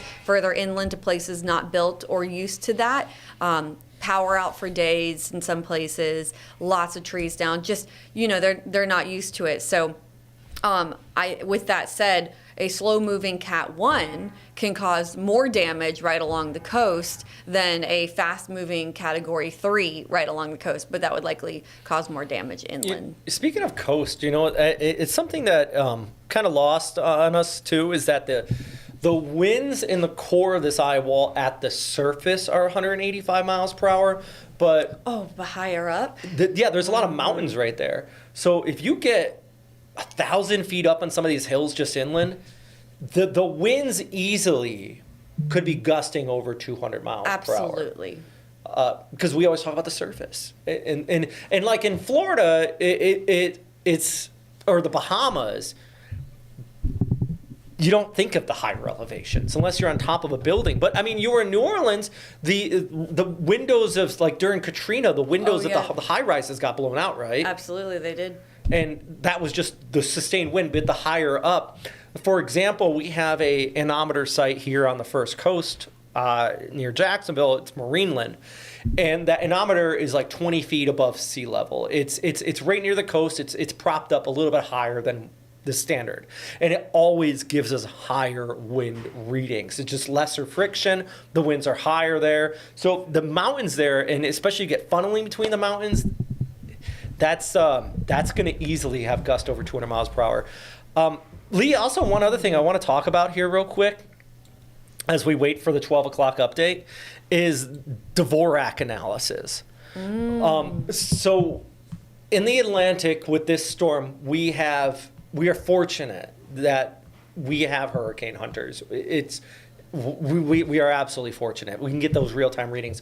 But satellite-derived analysis is what everybody else uses all over the world to get a good estimated on this storm. It's called a T number. Now, the second highest T number was Haiyan in the Philippines at a T 8.1, and I believe Patricia was behind that of a T 8.0. This, a few hours ago, had a T 8.5, so in the satellite era of Dvorak analysis, just on satellite imagery estimation, this is, if not the strongest, one of the strongest hurricanes on record.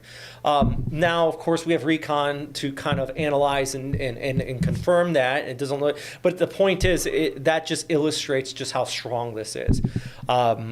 It's a different level of a type of storm out here, Lee. Can we turn this camera view to go straight on, like looking at it from straight above, looking down? I just kind of want to see where the eye wall is against land from straight on.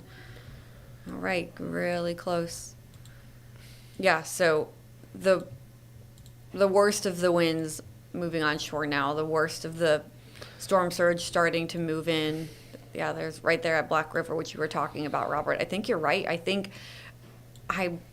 do think that storm surge would be higher in those areas. That's just horrifying. I feel like I've used that word a lot, but it's the only thing that really comes to mind when you look at something like this.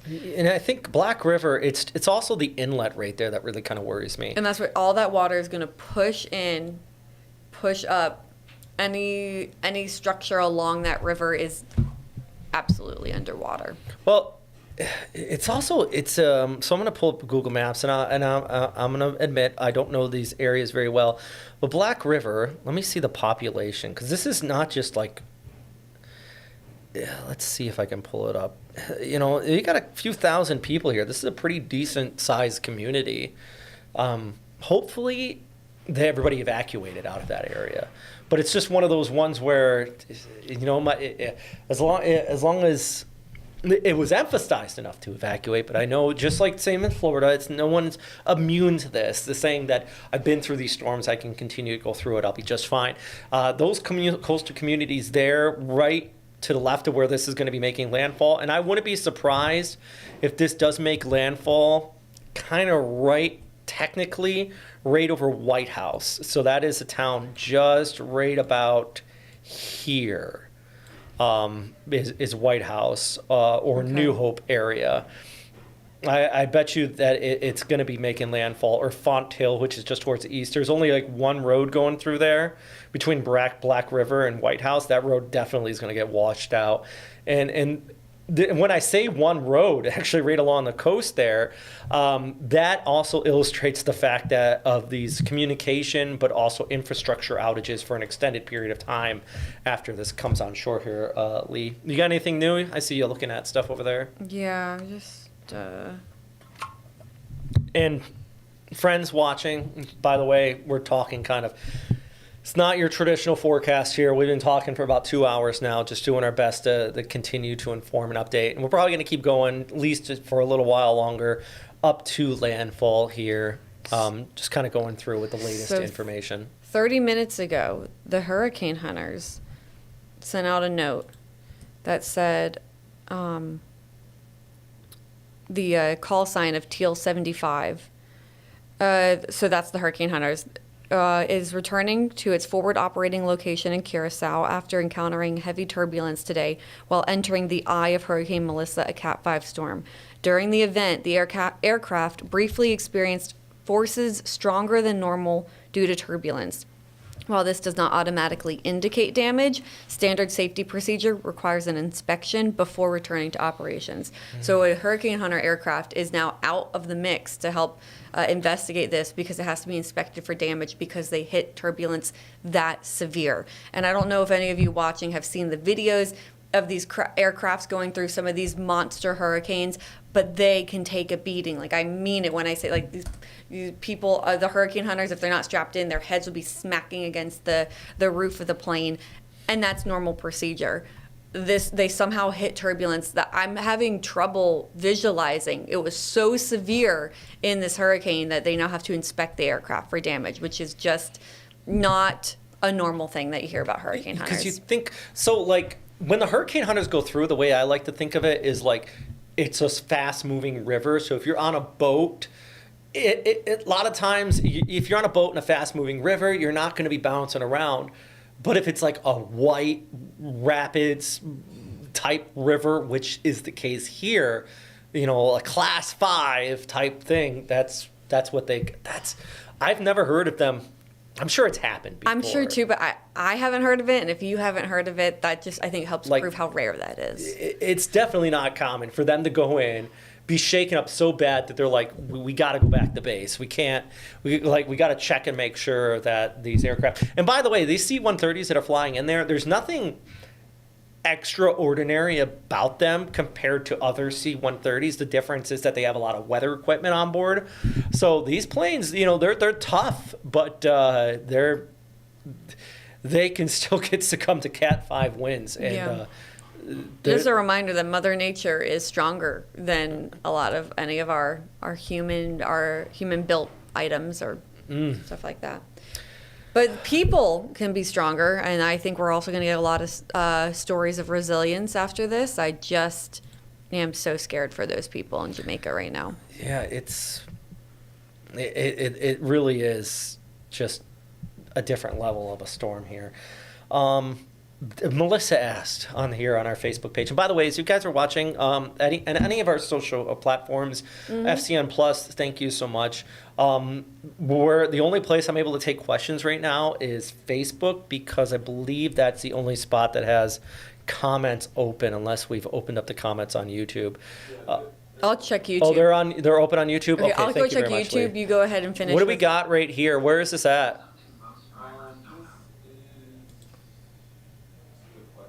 This looks like Jamaica, but I mean, it says Jamaica on the top. Jamaica, yeah, powered by Sea Jamaica. But I am curious about the exact location. It might be Kingston. I think I saw this one earlier. It doesn't look. It's definitely got to be on the east side. I think I saw this feed earlier. It was out of Kingston. What was I saying? You were answering a question on Facebook. Oh, yeah. Oh, excuse me. Sorry. Mind. So Melissa asked, did everyone get evacuated? And we discussed this earlier, but I'll just kind of point it out again. So hopefully everybody along the coast was evacuated to some inland areas, to some shelters. But here's the thing. When we're talking about a hurricane and the islands out here, you're not going to evacuate the entire country, this entire island. Now, a lot of people but the thing is, yesterday that center was supposed to cross in central Jamaica, so maybe people went to Kingston, but Kingston still is preparing there too. The more or less what you got to do in these type of situations is head inland and hunker down. And you can't just get in the car and drive. You can't just jump on a plane and fly.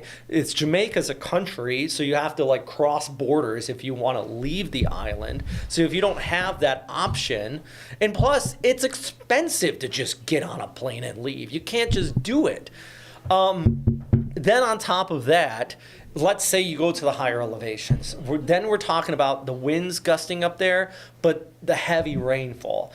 There are spots in the mountains, across the Blue Mountains there, where we could be looking at 2 to 3 feet of rain. So mudslides and flooding are going to be an issue on top of that as well. So it's a very good question. Did everybody evacuate? And I hope that everybody on the coast left. And then we had talked about this earlier too, Robert, but not everyone evacuated because not everyone could, talking about people who were visiting and vacationing there. We have heard many stories of people who got trapped there because there weren't enough flights out. All the flights booked up, they left, nothing was coming in. That this hurricane has been so slow moving, but it's just been hovering near Jamaica. So all the flights left packed and full, and some people just couldn't get out. And so there are a lot of vacationers there still left and stuck on the island too. So no, not everyone who even wanted to leave could leave. But like you said, Robert, hopefully their evacuation was just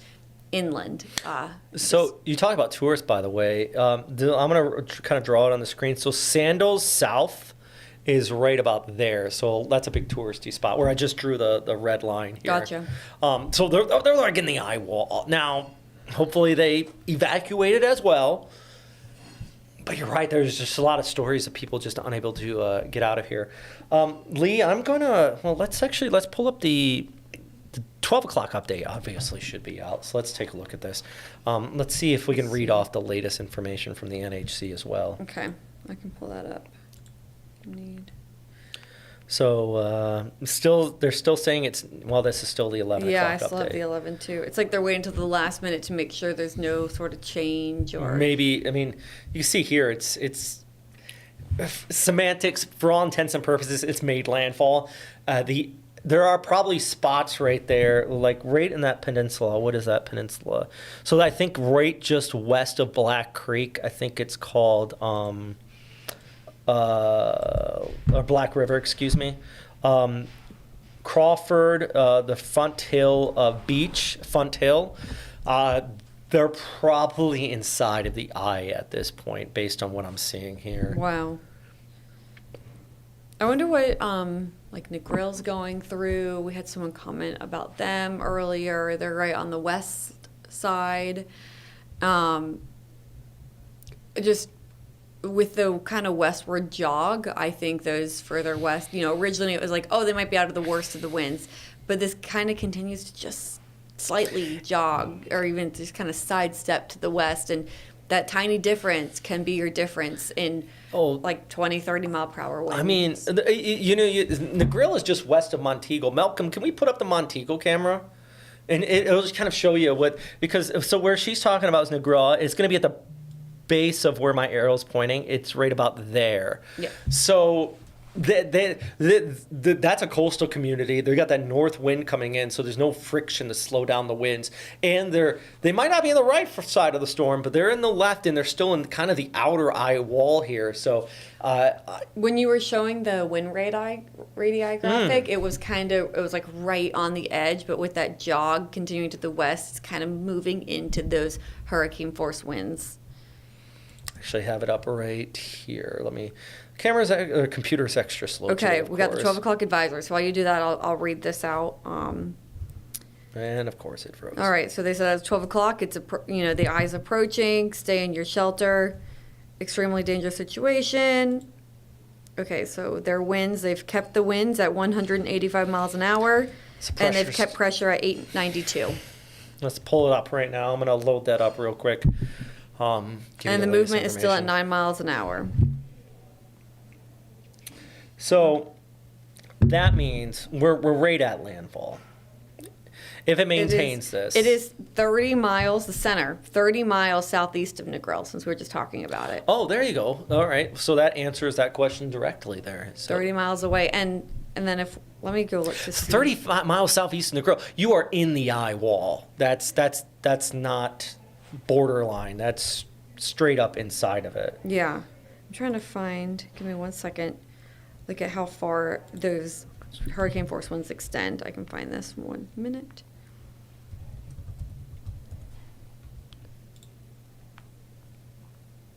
I'm not texting everyone. I am researching on my phone. Okay, so moving to the northeast at 9. Okay, so hurricane force winds extend outwards of 30 miles from the center. And so if it's 30 miles away from Negril, they're getting those hurricane force winds. And then just 30 miles from the center is hurricane. Mm-hmm.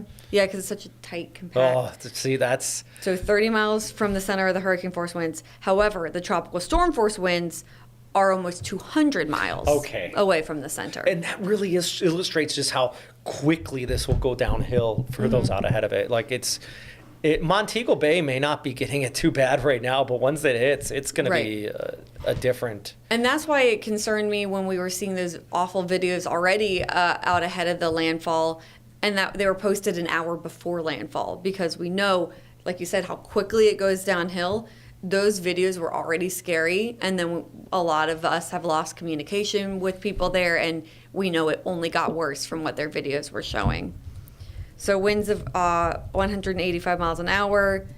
So nothing big, no data has changed as of the 12 o'clock advisory. They still have not classified it as landfall yet. The center of the storm, the center of the eye, has to move onshore on land for it to be classified as landfall. Let's actually, I'll pull up. So here's your wind radii you were just talking about. There we go.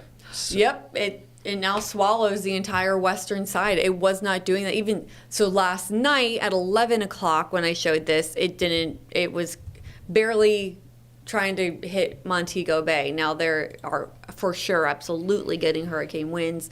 Negril is as well. That whole western side of the island will be seeing those hurricane force damaging winds. I mean, it's never good news. I hate using the word good news, but Kingston at least is not getting that full brunt.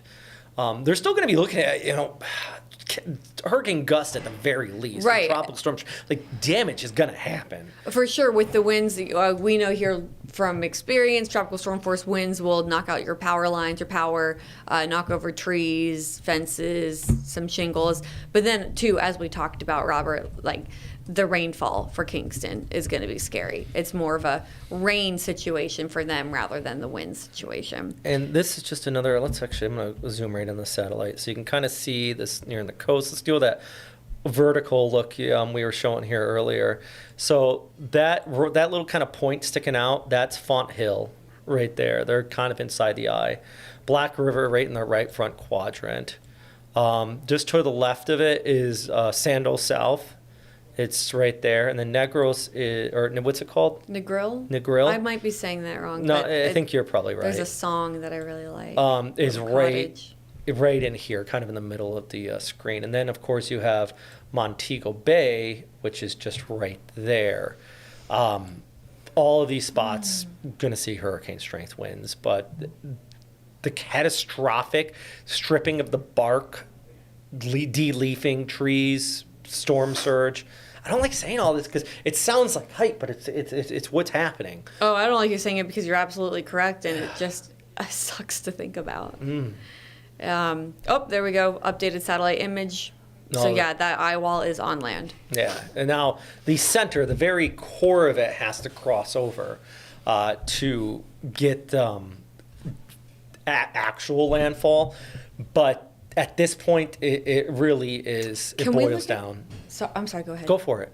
I was wondering if we could look at a visible satellite. Of when we course. can start to see land. Yeah, pop well, I out. had, what the visible has been showing all morning too. From a meteorological perspective, it shows like the definition of the eye, and you can see the shadowing over the eye wow. wall because right after sunrise.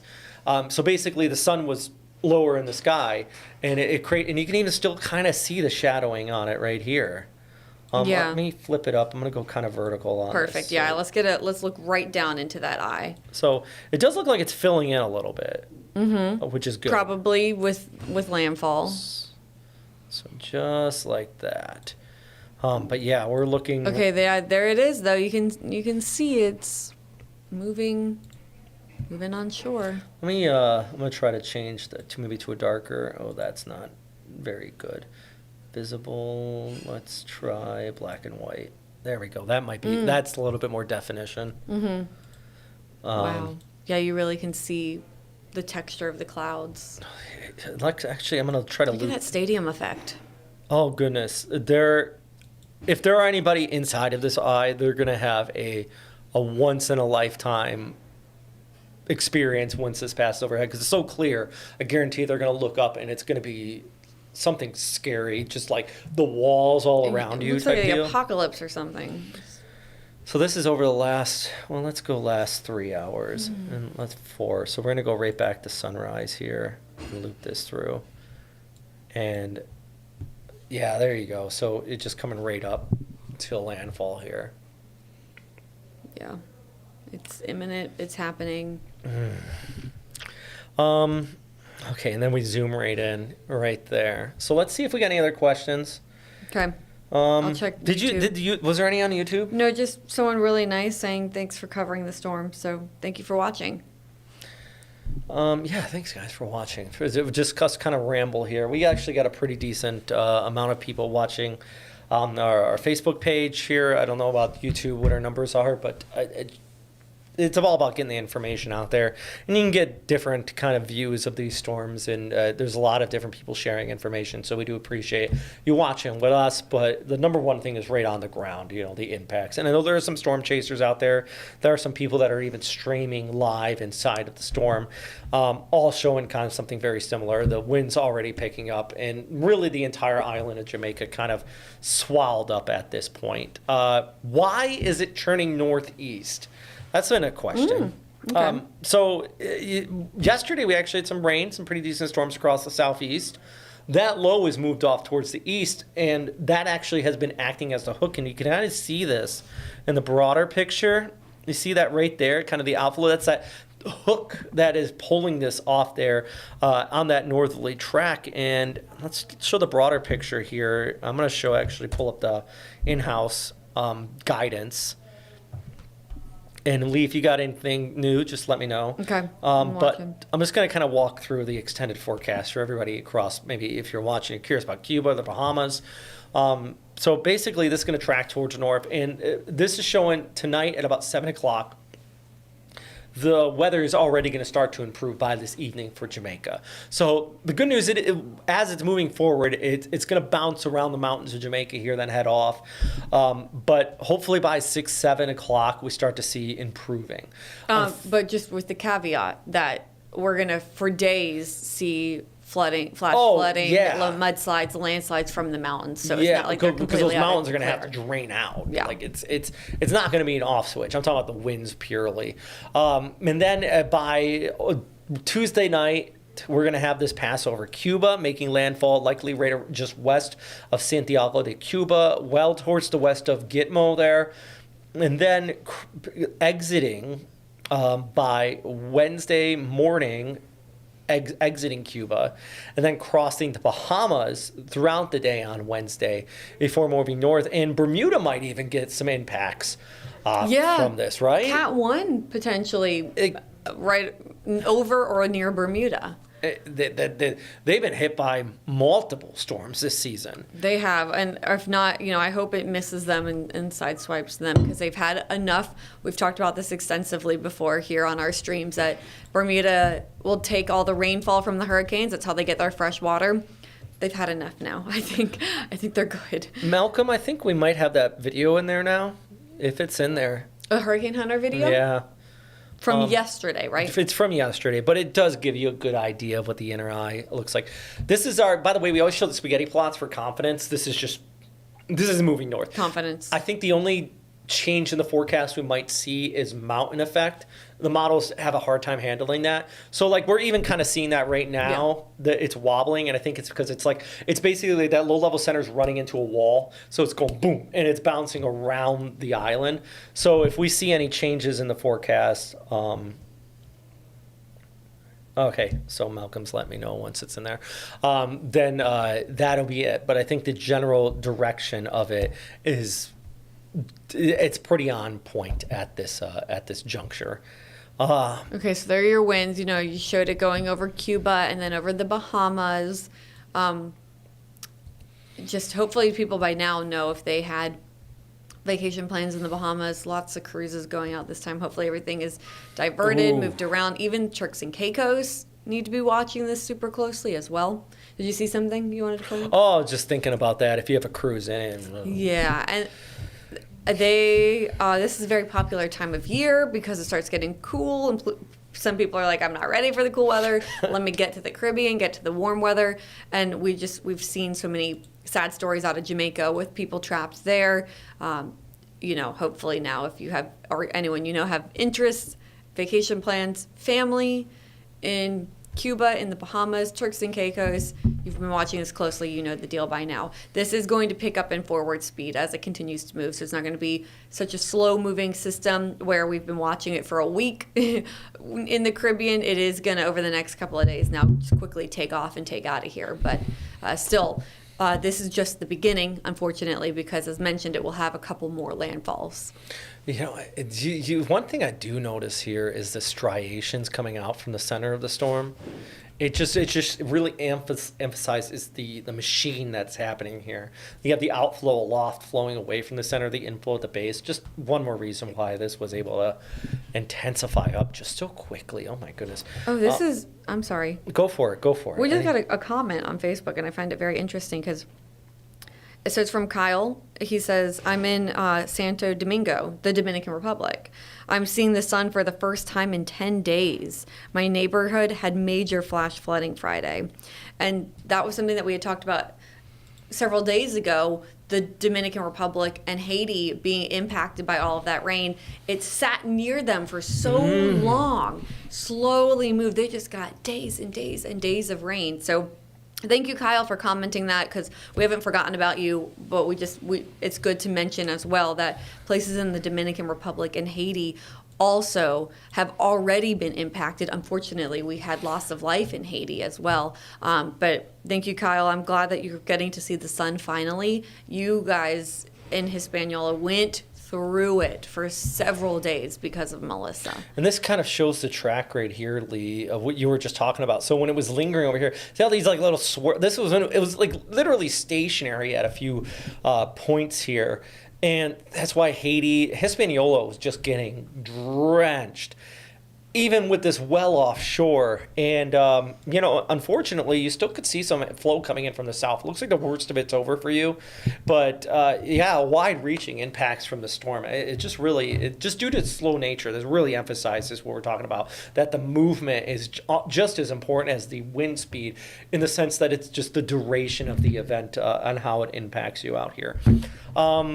Let's go back to this. And by the way, if you're just coming in right now, I'm gonna just refresh real quick here. So, of course, we're talking about Hurricane Melissa. At noon, it had winds of 185 miles per hour, pressure down to 892 millibars. That is if it makes landfall at 892, it is the deepest pressure at landfall on record in the Atlantic. We're streaming because this is serious, but this is also historic, not only for Jamaica, but even for the broader view of tracking tropical systems.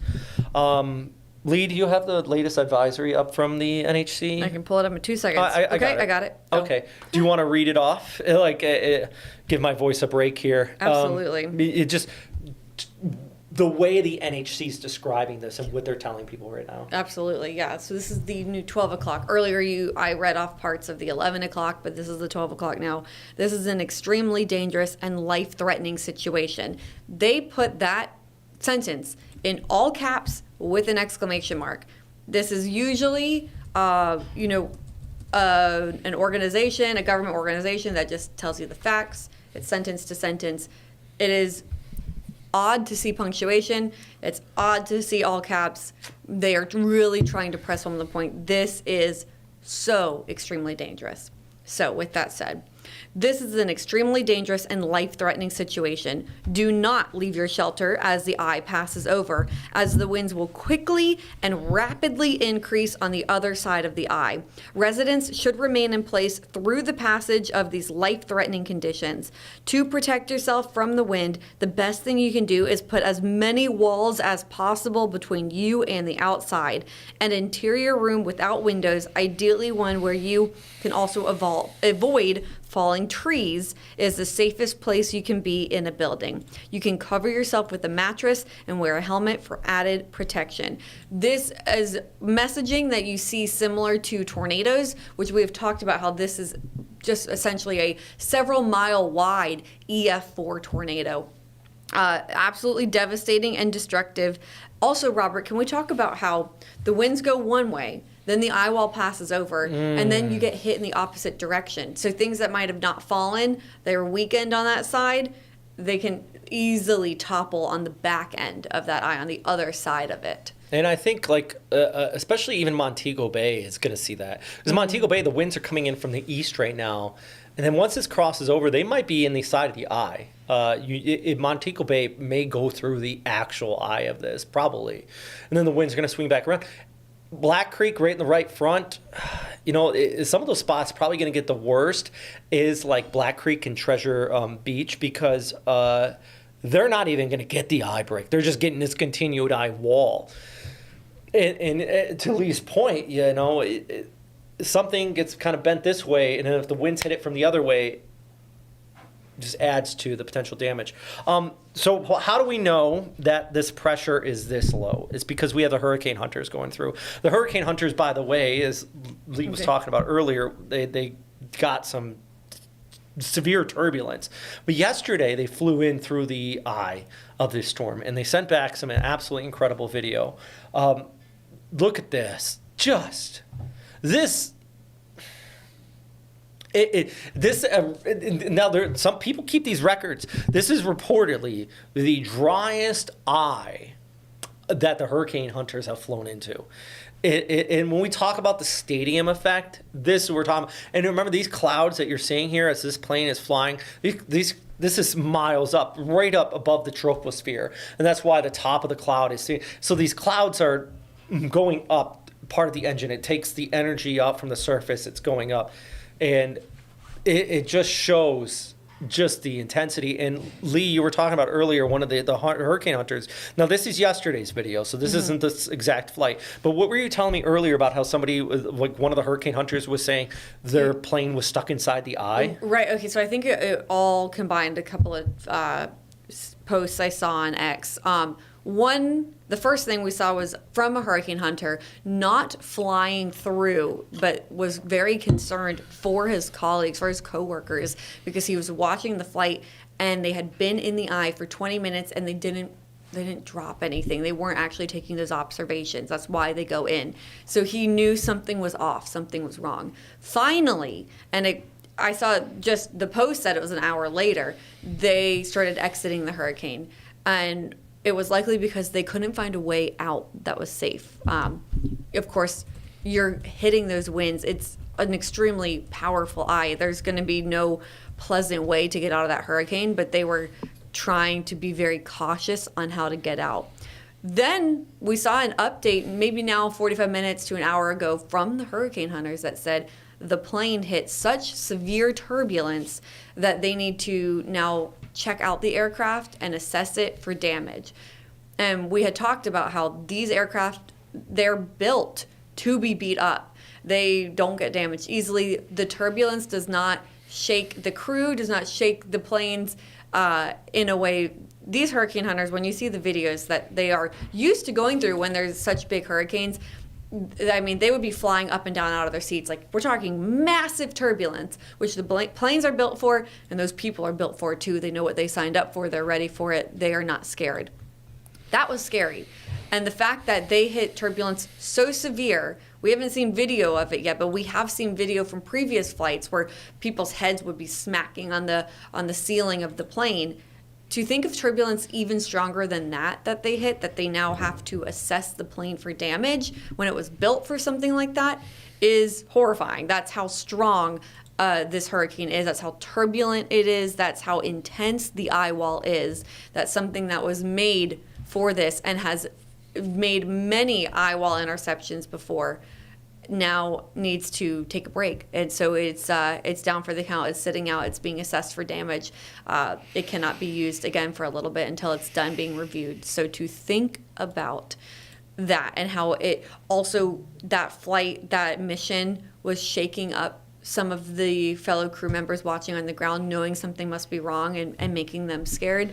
It just continues to prove and press home the point how huge, how strong, how monstrous this hurricane is, Hurricane Melissa.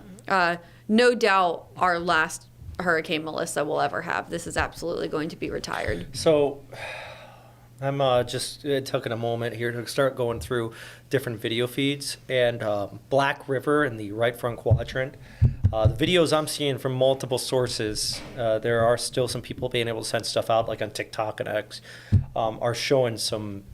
I mean, here, Lee, I can't really share this stuff on air, but it's serious, destructive, and yeah, that's straight out of there. Look at you see debris flying around. Malcolm, I don't know. I'm retweeting this stuff on X. If you guys follow me, Robert Spetta Weather, it's weaker structures. This is Black River, so this is right in the right front quadrant that we're talking about here.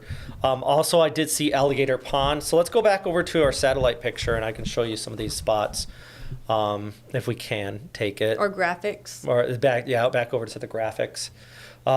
Alligator Pond, which is right near Bull Savannah.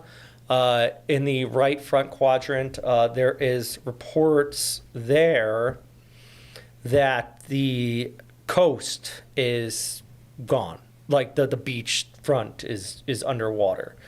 Yeah, that's the Alligator Pond residents are reporting that the whole coastline is gone. That's from a kind of a pretty respectable weather forecaster that I know.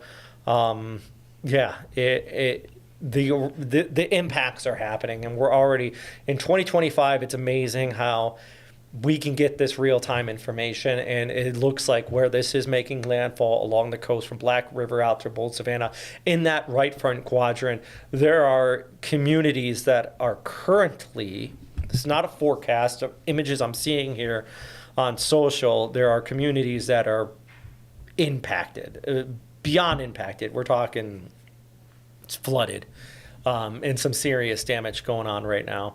Yeah, it's hard to kind of describe, to be quite frank. It's just a serious Cat 5 storm. That's what it boils down to. So, yeah. The water is high in St. Elizabeth. The winds are destructive. Also, I just shared this on Twitter too, or X. Let me go back and find it. Okay, so the hurricane hunters that we were talking about. Yeah. So this is from Jeremy DeHart, who was that hurricane hunter that was tweeting out afraid for his coworkers. Yeah. And he said the plane had to leave early. They reported severe turbulence and a sawtooth eye. It looks like they moved 600 to 700 feet up and down during a 1-minute stretch.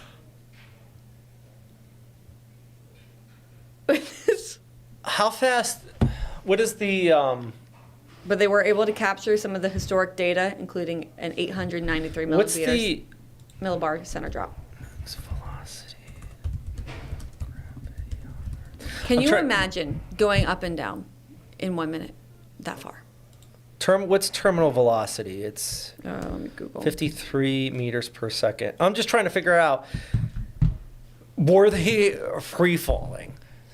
Like if they fall beyond terminal velocity, you basically turn into just a free fall and you're floating inside of the plane.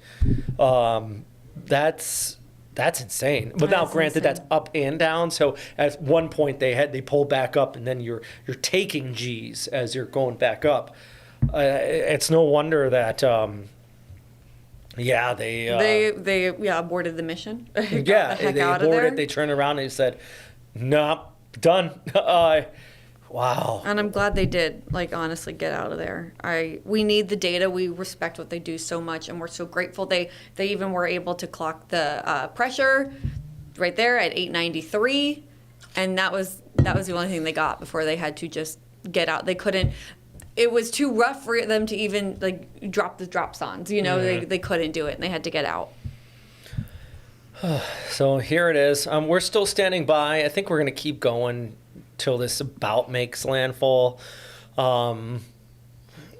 just to keep everybody posted here. And I think we're almost to that point where the technical definition of landfall is when that low-level center crosses, but it's about there. You got the eye coming on shore there, just around Font Hill, Black River. That's where I was just talking about. Already seen videos of serious damage out of there. Alligator Pond. Oh, this is Alligator Pond. Yeah, and this is the one I think they said that the coast is gone. Yeah, the residents are reporting that the whole coastline is gone. Just there's tons of water rushing around. Alligator Pond is right near Bull Savannah on this. So that's outside of like the inner eye wall, and they're Yeah. reporting some serious storm surge there. Which, you know, you picture it, you can see it, you can imagine that. So there's something about this video that me and Lee are talking about. We don't have the rights to share it on here, and we're not gonna. I retweeted it if you want to go check it out. It's the problem. That's in working in the broadcast business. We can't steal people's stuff. We don't know if somebody is chasing or that's what they do. So everything's copyright. So we can explain it to you here at least. But what bothers me about that video, outside of the fact that there is a storm surge and that the coast is gone right around full Savannah, according to local residents, is the fact that somebody is there taking the video. Mm-hmm. Somebody is inside of their home on the beach in the right front quadrant sharing video. The fact that they are inside of their home on the beach in the right front quadrant. So there was somebody, I think Melissa earlier asked, did everybody evacuate? Nope. No. And I understand there are situations some people can't go. Like, we always encourage you, if you can in any way, even if you don't want to, if you can, you have to go. And I know a lot of people don't want to just leave their stuff. I get that. Yeah, I get it. And I get some people have health issues that prevent them from going, and other people want to stay with their people who have trouble leaving. But I mean, if there's just any way to get out. Once, we shared this a few times on here, but this graphic right here, I'm about to pull up. So right now we are nearing landfall. The 12 o'clock update from the NHC had the pressure at 892 millibars. I don't think we're going to get any more recon flying through this for multiple reasons. One, what Lee was talking about. Two, it's overland, so you got a lot of turbulence. And three, I don't know about Jamaica, but I know Cuba, the hurricane hunters are not allowed to fly over it. Yeah. So, because if you don't want a plane flying over your house in the middle of a hurricane, they do this over water. So, we're probably not going to get more recon. We're just going to be, but the point is, right now we are moments away from landfall, and the pressure is down to 892 millibars. If this comes on shore with this intensity, it doesn't weaken.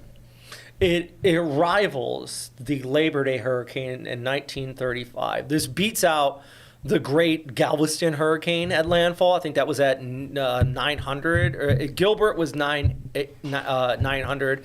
Rita, 937. Wilma was 882 over the ocean. But at landfall, it was 950 millibars. So, because that's the storm everybody says. What about Wilma? Yes. But it weakened before it actually impacted anybody, and still brought destruction. But this, and I only say that to put it in perspective. The reality is, when we're talking about a Cat 5 storm, a lot of people are asking, how does this rate against Haiyan, which is the Westpac? How does this rate against Patricia, which is the strongest landfalling storm on record anywhere? That was in Mexico a couple of years ago.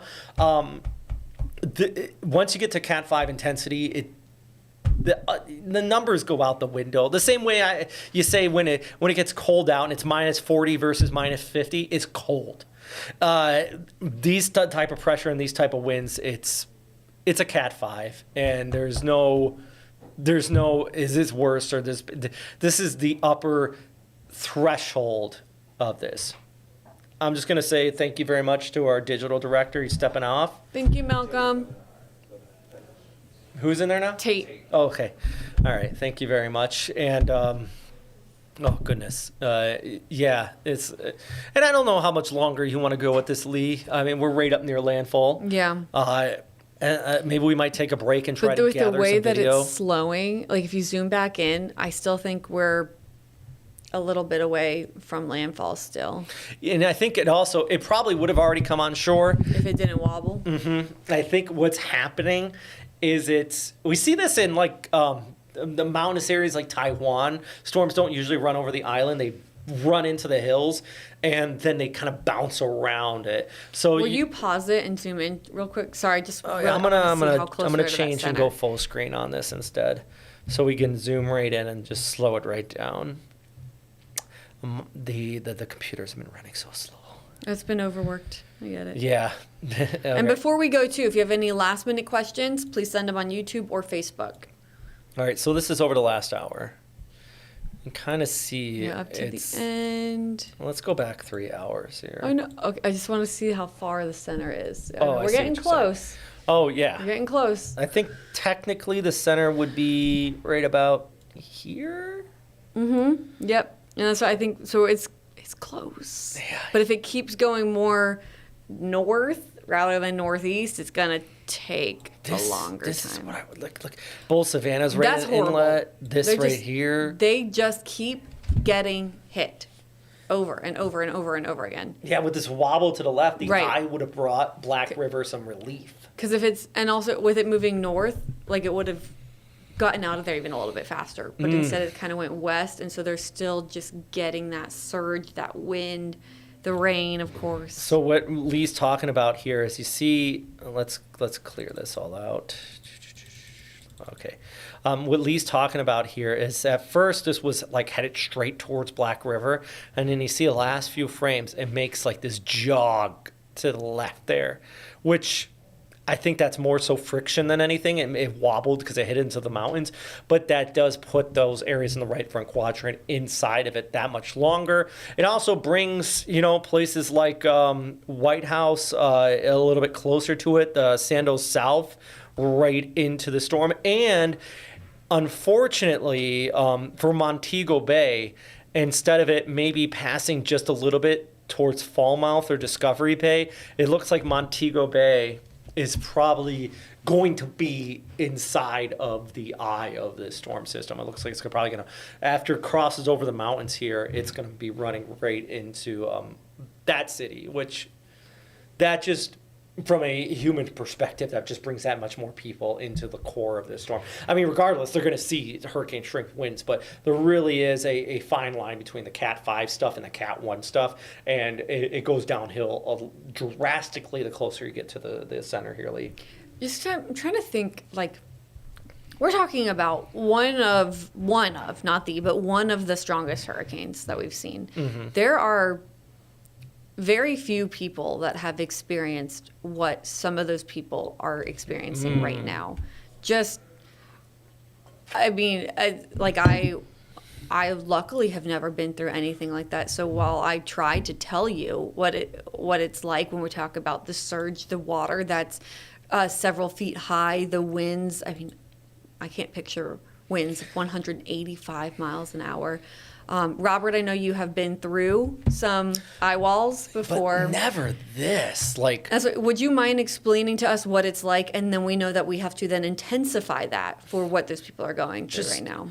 Think of the strongest severe thunderstorm you've been in, where you're like, I'm not stepping outside. It's absolutely insane. Continuously for hours on end. And the strongest I've been through was closer to about a 3. A 5 is, and I know a lot of people, and thankfully we're not seeing it in the comments here, but a lot of people, especially even across Florida, we hear people say, I've been through hurricanes. And a lot of times it's like, no, you haven't. You were through the fringes. Like even in Kingston, rightfully so, they will be able to say they've been through Melissa. But it's closer to Black River here, White House, Treasure Beach. They're the ones going through the Cat 5. That Cat 5 threshold is so narrow. And there's a reason why we use words like destructive and catastrophic. The coast, I can almost guarantee tomorrow when we start getting video of the coast here, the trees there are going to be de-leafed. It's just going to be like matchsticks out there. And trees are going to be de-leafed. Electricity is going to be out. The coast where the storm surge is taking place will just be unrecognizable. It sounds like doom and gloom, but the reality is this is next level. This is a different beast than what you typically see. We've seen Cat 5s before, but as I showed a second ago, this storm with the pressure at 892 rivals that of the strongest that have ever made landfall. At landfall, there have been stronger storms, but the fact that this is carrying right up to the last second here. That is so true. It gives me, I have goosebumps. I think what we should do is maybe we should take a pause. This is coming on shore. It's getting to that point where we really, it's more of a a news side of things versus a forecast side of things, and meaning that Yeah. we probably should start getting some footage and stuff and maybe accumulate that. And if we can get accumulation of footage, we'll try to share that out. We're going to update our website and everything like that, share some information on there at firstcoastnews.com. And then we can come back online in a bit here if we start getting some good footage to kind of share with everybody. But don't be surprised if it takes a while. I think also we're going to have to wait because communication is down for a lot of people. Also, the National Hurricane Center will have to do a long analysis on this after the fact to really know what it is making landfall as right now when it comes to those wind speeds. This is going to be something that we talk about for quite a while. This is a historic hurricane. And it is causing absolute devastation and destruction as we speak right now to the western side of Cuba. Eastern side, if you are checking in and worried about your people in Kingston or on the east side of the island, winds not as bad, but we are watching the rainfall for them very closely. We are, as we know, hurricanes can be deadly in multiple different ways or destructive in multiple different ways. Wind, rain, storm surge. Right now, wind and storm surge, horrible for the western side of Jamaica. Rain is going to be more of the concern for the eastern side of the island nation. And then from there, we won't stop covering it because it's going to go through Cuba, it's going to go through the Bahamas, impact Turks and Caicos, and then potentially even Bermuda. So I do agree. I think we should take a break, try to get some video to show you all. Landfall is imminent. It's already making landfall, but the technical term will be when the center moves onshore. And so you'll see that here soon. And then we will be back to bring you some more updates on this. Let me actually just check real quick before we go. Okay. Okay, I saw an update from the NHC. I wanted to make sure it didn't just make landfall. Yeah, but maybe it's we there. could leave. It's moments away. Let's leave with one last image of satellite image. Let's All right. and straight down, looking straight down on it to see if we can start to see some of that land popping up inside the eye. I'm just pulling it up right now. That eye wall, I mean, Winds of 185 miles an hour, pressure at 892. It's moving at 9 miles an hour, which is just not fast enough. It needs to get out of there. Yep. Okay. it looks like it's almost grazing the coastline here. It's just kind of going. And think about how it jogged west. That's places near just west of Black River, just stayed in the eye wall for an extra long amount of time. There we go. Looks like it's moving north a little bit more now. Yeah, more kind of due north. Probably going to make landfall, I would say, Font Hill, just west of Black River, just east of White House. So that's going to be the spots. But, I mean, Montego Bay, you're going to get it too. Anyways, all right. Let's put a pin in it right now. We'll be back. And serious storm out here, so we're going to continue to keep you posted. Yep. All right. Yeah, we'll be back. Thanks for joining us, guys.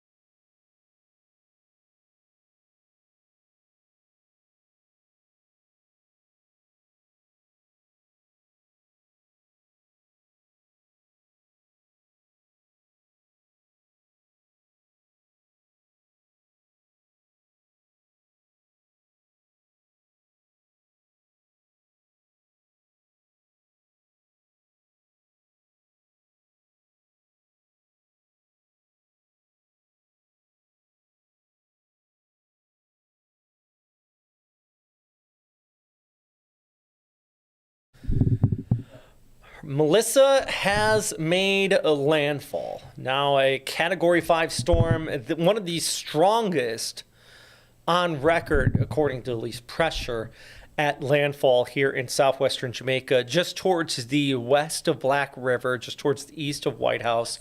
These areas, let me see, I have my audio on here.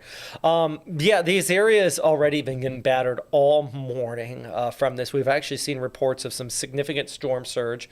On top of that, damaging winds, especially in Black River, homes just being destroyed just with the winds alone from this. And now it's going to be crossing the island a little bit further towards the west due to a little wobbling from friction of the mountains there, which means Montego Bay is going to be kind of brought into the core of this storm system. And already outer eye walls starting to impact Montego Bay. Taking a look at our pressure, at landfall here, 892, which based on the hurricane hunters flew through this. To put it in perspective, this rivals the strongest, lowest pressure on record in the Atlantic Basin at landfall. So Wilma, it says 950 here. Wilma did peak at 882 millibars over the Gulf at its peak intensity, but it weakened prior to landfall. This storm was only tied next to the 1935 Labor Day hurricane in South Florida. It just brought all sorts of devastation at that 892. What does that mean? It just means that this is the upper threshold of how strong these storms can get as a Category 5 hurricane. Gilbert, which is also the previous benchmark actually for Jamaica, this is stronger than that. Rita from 2005 had 935 millibars. This is just a little bit stronger than that. So these are just the numbers for this are absolutely outstanding. And what I mean by that is not in a good sense. It's a very serious here. Winds 185, pressure 892 per the 1 p.m. advisory, moving towards the northeast at 9 miles per hour. That brings it over Montego Bay as we go ahead through our afternoon, and then it should be exiting Jamaica by about 7 o'clock. We'll start to see the center pull off, but then you still have those tropical storm strength winds that are going to continue through this evening along the northern coastline. But this is actually a good kind of emphasis. So this is 3 o'clock. You still have hurricane strength winds in Montego Bay. Then it moves further towards the north and east up until like 5 o'clock right there. The bulk of the winds start to move offshore. And then as we go ahead through tonight into tomorrow morning, we begin to see the hold on, I just got to check something. We start to see conditions go downhill as this makes landfall in Cuba and then moves off towards the north and east. I did just get a message. You heard that ding. I want to make sure what that is here and just double check it. But yeah, this is...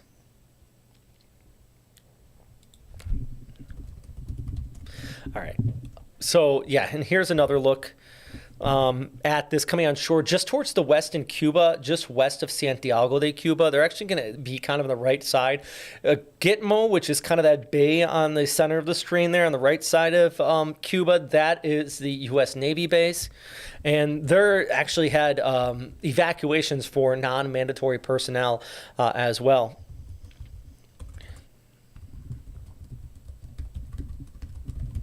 All right. Okay, so let's, I'm going to go back to this graphic here. Let's move this ahead a little bit further. Crossing over Cuba, heading into Wednesday morning, and then by Wednesday at 3 p.m., you can see it's actually in the Bahamas, then eventually off towards the north. So by Wednesday night into Thursday morning, that's when we're more or less done with this and impacts in the Caribbean. But then we're going to talk about Bermuda, which actually could be under Category 1 winds here by the end of the week. It's a cascading effects of storms. Of course, the main impacts right now where a hurricane warning is in place for the entire island is, of course, Jamaica. Not only the wind, but it's also the rainfall. We have had already days of rain, even not only Jamaica, but Hispaniola on top of that. And then we got still an additional 6 to a foot of precipitation in spots here across the mountains of Jamaica and eastern areas of Cuba. Eastern Cuba actually could see a foot plus of rain on top of what we've already seen already from this storm system. So flooding and mudslides, flash floods, all of that is part of the picture here. And then eventually, as this moves away towards the north, I do want to also note a lot of people asking how this is going to impact the southeastern United States. It does look like drier, cooler air is going to be spilling in out of Canada on the back side of this. So this is actually going to grab that high pressure, this cool Canadian high, and drag it in. So around Halloween and Saturday, much of the southeast, including Jacksonville, is actually going to be looking at rather cool temperatures compared to what we've seen like last week. Temperatures will be in the 50s to lower 40s. And it is a side effect, kind of a side effect impact of this storm system and its current impacts out here in Jamaica. Let's take a look at the recon, see if we have any new updates. The recon stopped for the hurricane hunters just prior to landfall. They usually don't fly over land, 1.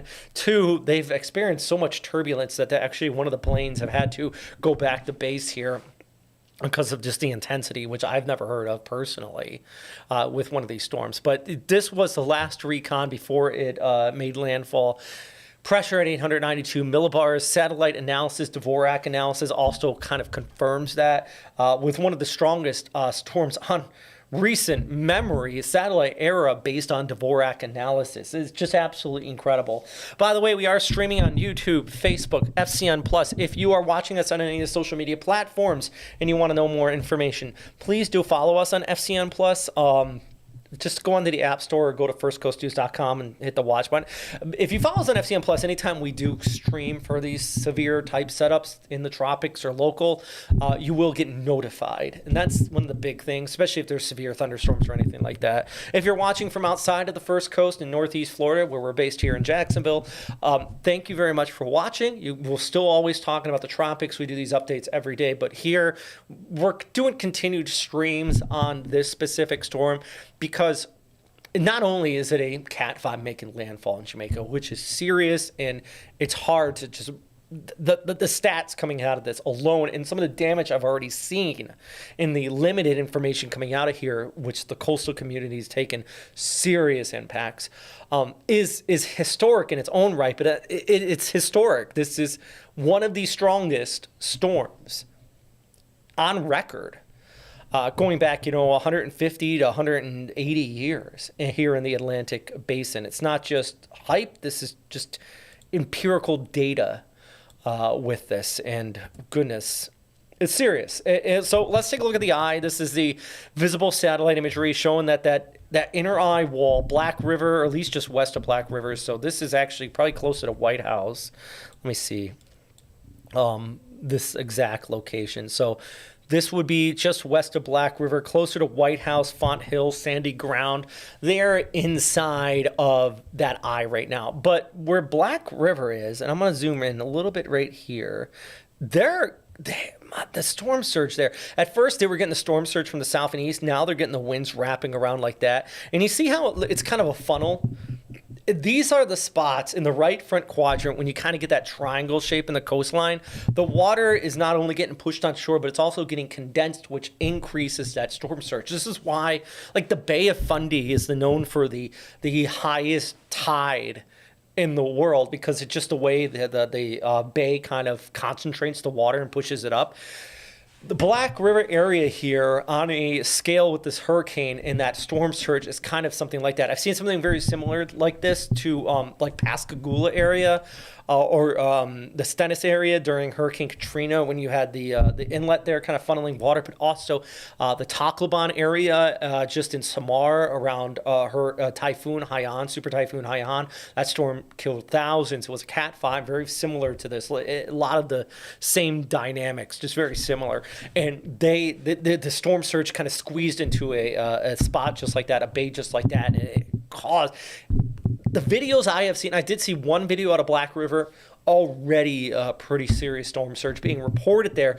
But you got to remember, communication is going to be limited in some of these spots, if not completely gone at this point, because there's a Cat 5 with winds of 200 miles per hour plus impacting there. Look at the north side of this, the outer eye wall already, and the winds coming on shore impacting Montego Bay. Fall month there as well, the winds cruising in from the north. And if we just put this on loop, kind of get an idea of where this is headed. So even though the mountains are going to it's going to bounce around, a little bit of friction over the mountain, I fully expect Montego Bay to go through the eye of this. And that unfortunately also means they're going to be going through the eye wall on the north and south side. So they're going to have the winds, the break, and then the winds again, which already, structure is going to be weakened. Then they're going to get the wind smacked from the other angle. Pulling back the picture, you can just see the broader satellite picture where this is getting hooked off towards the north and east. And here's a look at the latest track, of course, on this as it passes over Jamaica.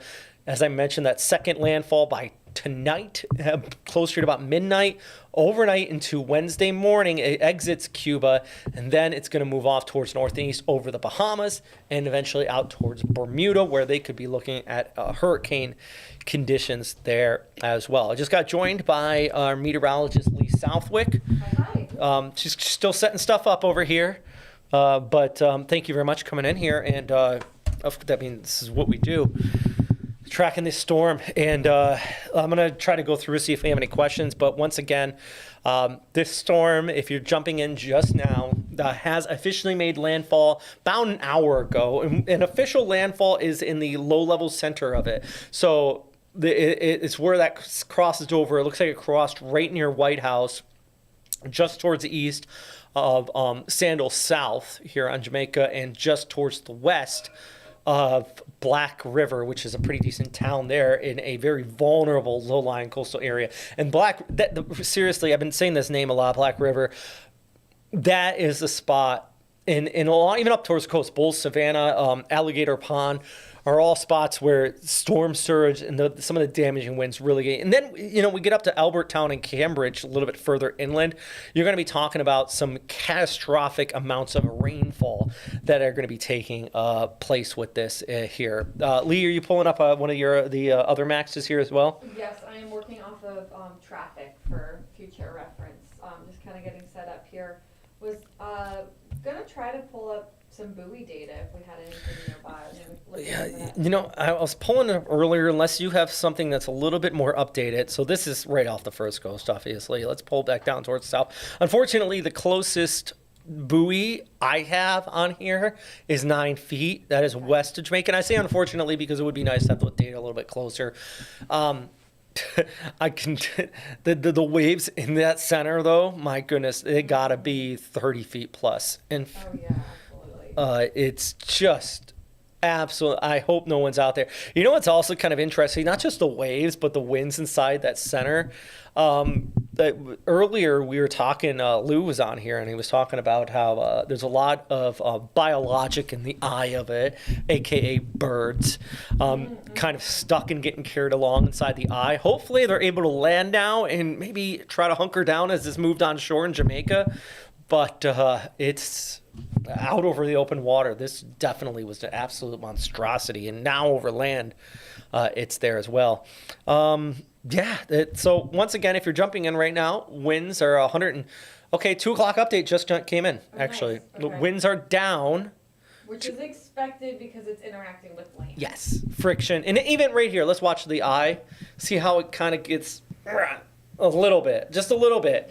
That doesn't mean it's weakening. And 165 is still a Cat 5. Mm-hmm. It's weakened from the absolute historic monstrosity it is to still a Cat 5. A Cat 5 over land, it's just Right. horrifying. Winds of 165 miles an hour happening on land, moving into Montego Bay right now. So, how long is this loop? Do you happen to This know? is 6 hours. 6 hours. So, moving. Is it still moving at 9 miles an hour? Let's go. Let's see this new update. By the way, I could not get any more buoy data out there. Okay, there you go. 8 miles an hour. So Oh, it slowed down a that- little bit. well, For that- land, that's yeah. that's not uncommon.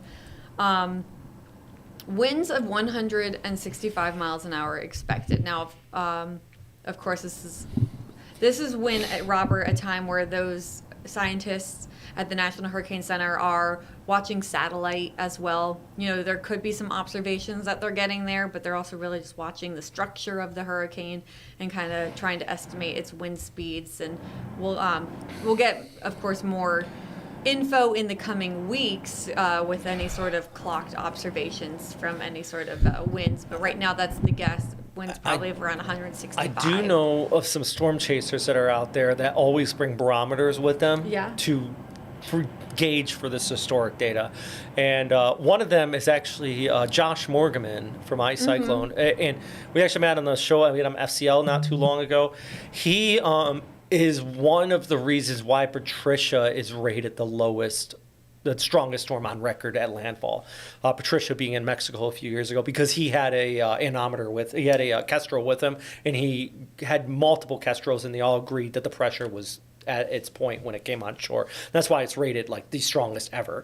I know he's out ahead of this right now, and I'm sure he's making those recordings. And that's why it's so, I think, brave and important what those storm chasers do. We get so much information from them and data, and that we can study and try to help our future forecasts and predictions with. So we will be getting all of that information from people like storm chasers as well, and kind of collect all of that data. Also, like Keith Nelson's family, who was out there, and she just told me she just spoke to her dad. He's in St. Catherine, that's just outside of Kingston. Said they're just seeing rain, not too bad.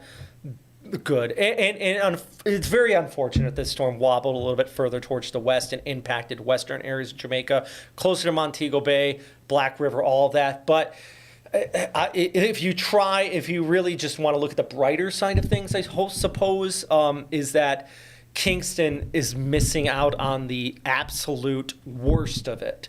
The inner core, when we talk about like that Cat 5 catastrophic stuff, Kingston is missing out. They're still got damaging winds along the coast there, but it's further towards the west where they're seeing it. So, you mentioned Josh Morgerman, so I decided to go to his social media. Yeah. You want to hear his updates?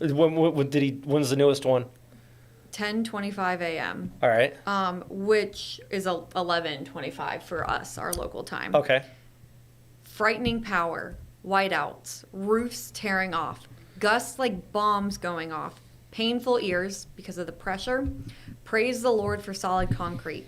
962 millibars. That's from an on-the-ground measurement. Just, my goodness. But some of these storm chasers, they run towards these storms. Serious stuff. But there's also people on the ground who are not storm chasers who are sharing some images and photos, and they're really. This, by the way, is out of Kingston Harbor. So no, not near the worst of it. What you're going to see is going to be bad, but it's nowhere near how awful it is on the other side of the island nation. Just 1 second, Lee. You can see the rough waters. We were trying to get those observations. Looks like we got a frozen picture now. We know this that one was going in and out earlier. It's just the bad data on it. Mm-hmm. Yeah.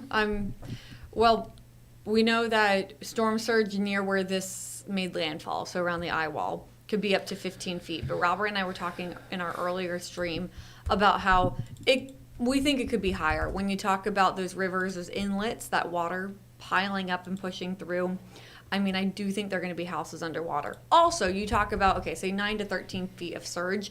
You have waves on top of that, so crashing, powerful waves on top of where it's already sitting. So we'll just say 9 feet. That was like the lower end.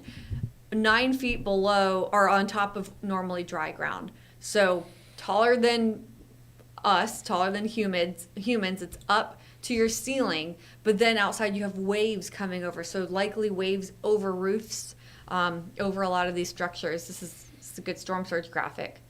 6 feet, 12 feet on the second level of a home. And it's estimated, and we don't have the confirmation on that just yet, but it's estimated that the surge inside of this is 20 feet plus in spots, which is, I mean, like Bay St. Louis, Biloxi area during Katrina saw about a 20-foot plus surge.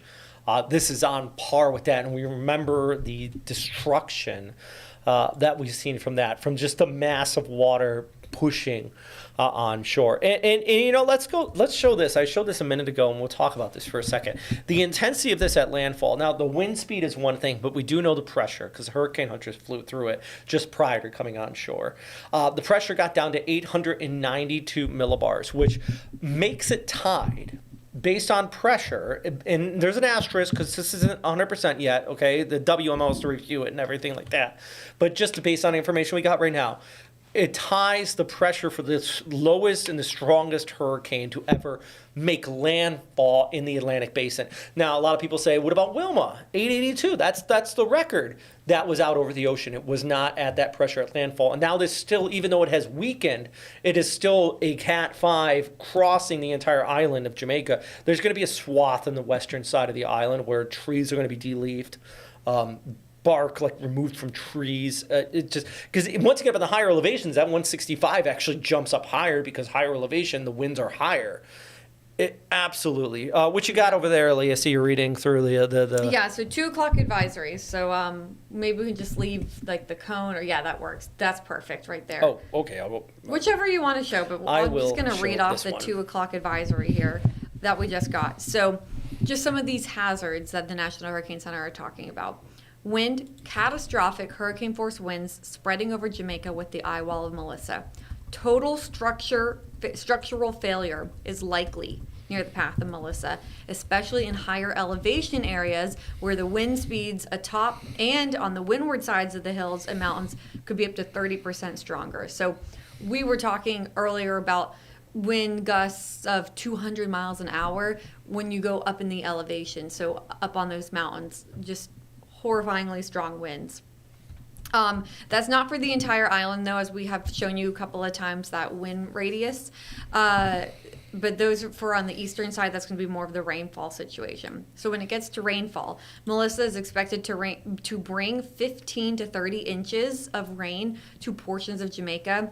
Then an additional rainfall total of 6 to 8 inches with maximum amounts of 12 inches for southern Hispaniola through Wednesday. So we've already talked about impacts to the Dominican Republic and Haiti. More rain on the way for them by 6 to 8 inches, max 12. For portions of Jamaica, we're talking 15 to 30 inches of rain. Also, when you have 15 to 30 inches of rain on mountains, that's going to drain. That's going to come down the mountains. And so portions of Jamaica, likely closer to places like Kingston too, where they didn't get as much wind, they're going to deal with that rain for days. It's going to drain out of the mountains. They're going to have to deal with mudslides, landslides for several days. By the point when Melissa's up in the Bahamas, they're still being impacted. The aftermath of Melissa, not done as the rain there was so much rain, and it's going to, of course, drain out. So rainfall, so scary. And for eastern Cuba, rainfall totals of 10 to 20 inches possible, up to 25 inches of rain possible at the maximum amounts in Cuba. That's expected tomorrow. So tomorrow, unfortunately, we will still be talking about Melissa, not only getting some of those images out of Jamaica, but then Cuba really being hit hard with that much rain. So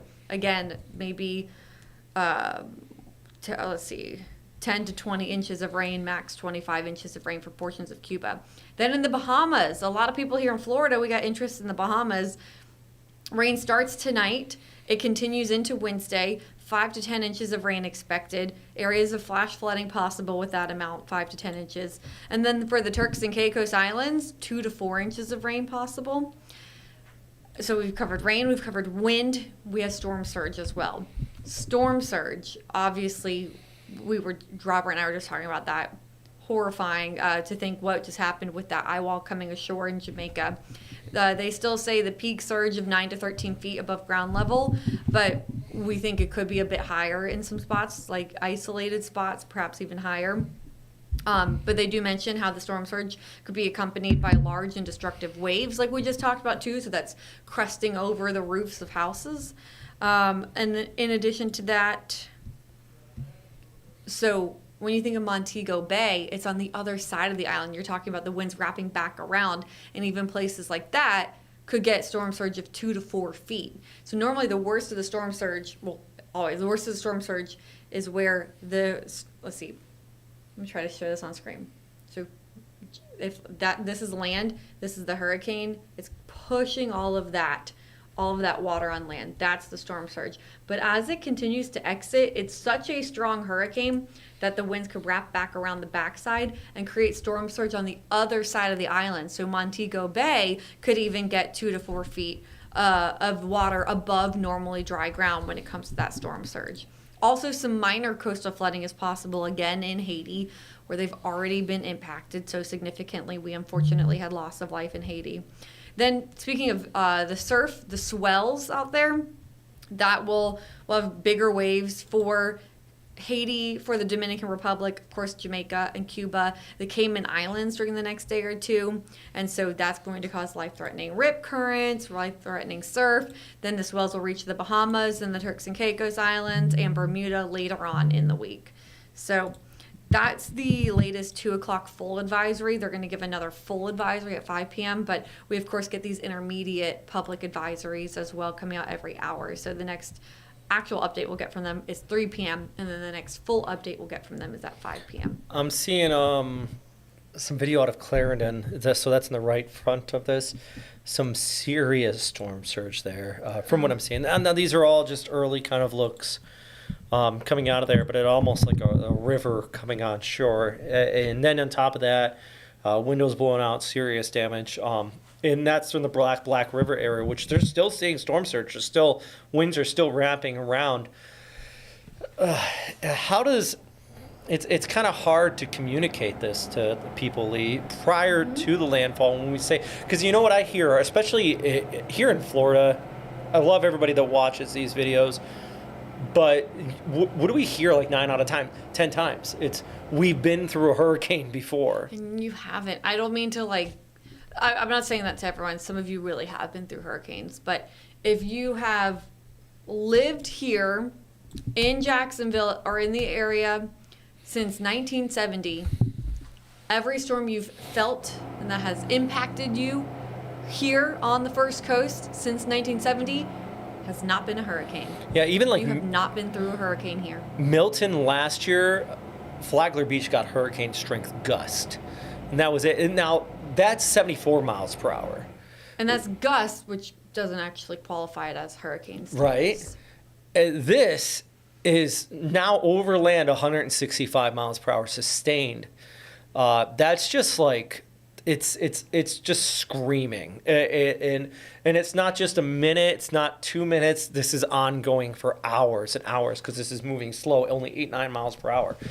Montego Bay, do we have that video out of Montego Bay? We got the go-ahead to use it, right?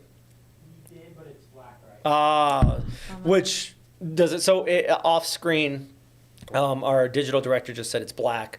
It's because the cameras are subject to just the power outages, and I would assume it probably went down. Do we still have the lookout of Kingston? Can we use that one?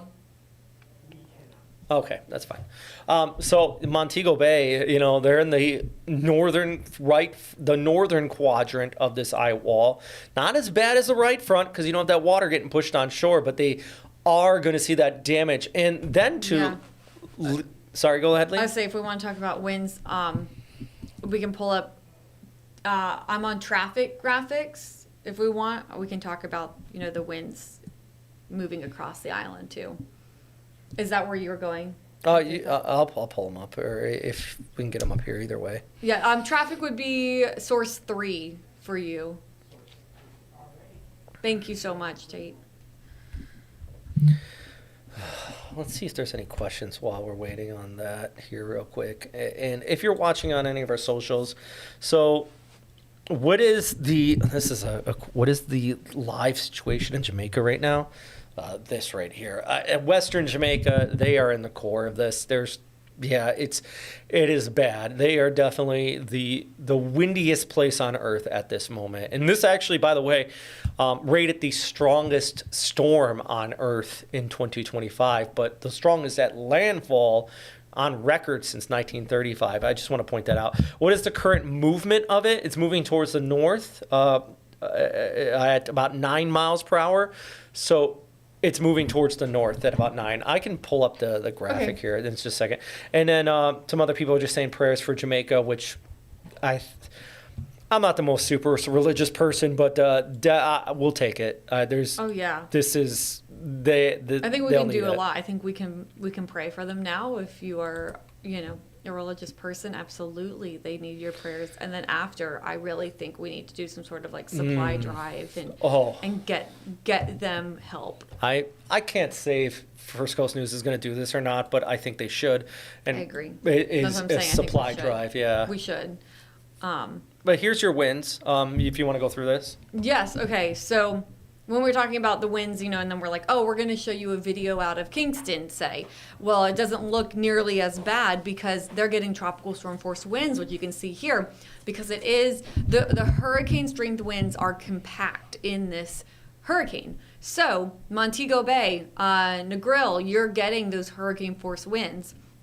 Over in Kingston, it's just tropical storm force winds that they are experiencing. So yes, they are experiencing and being impacted by Melissa.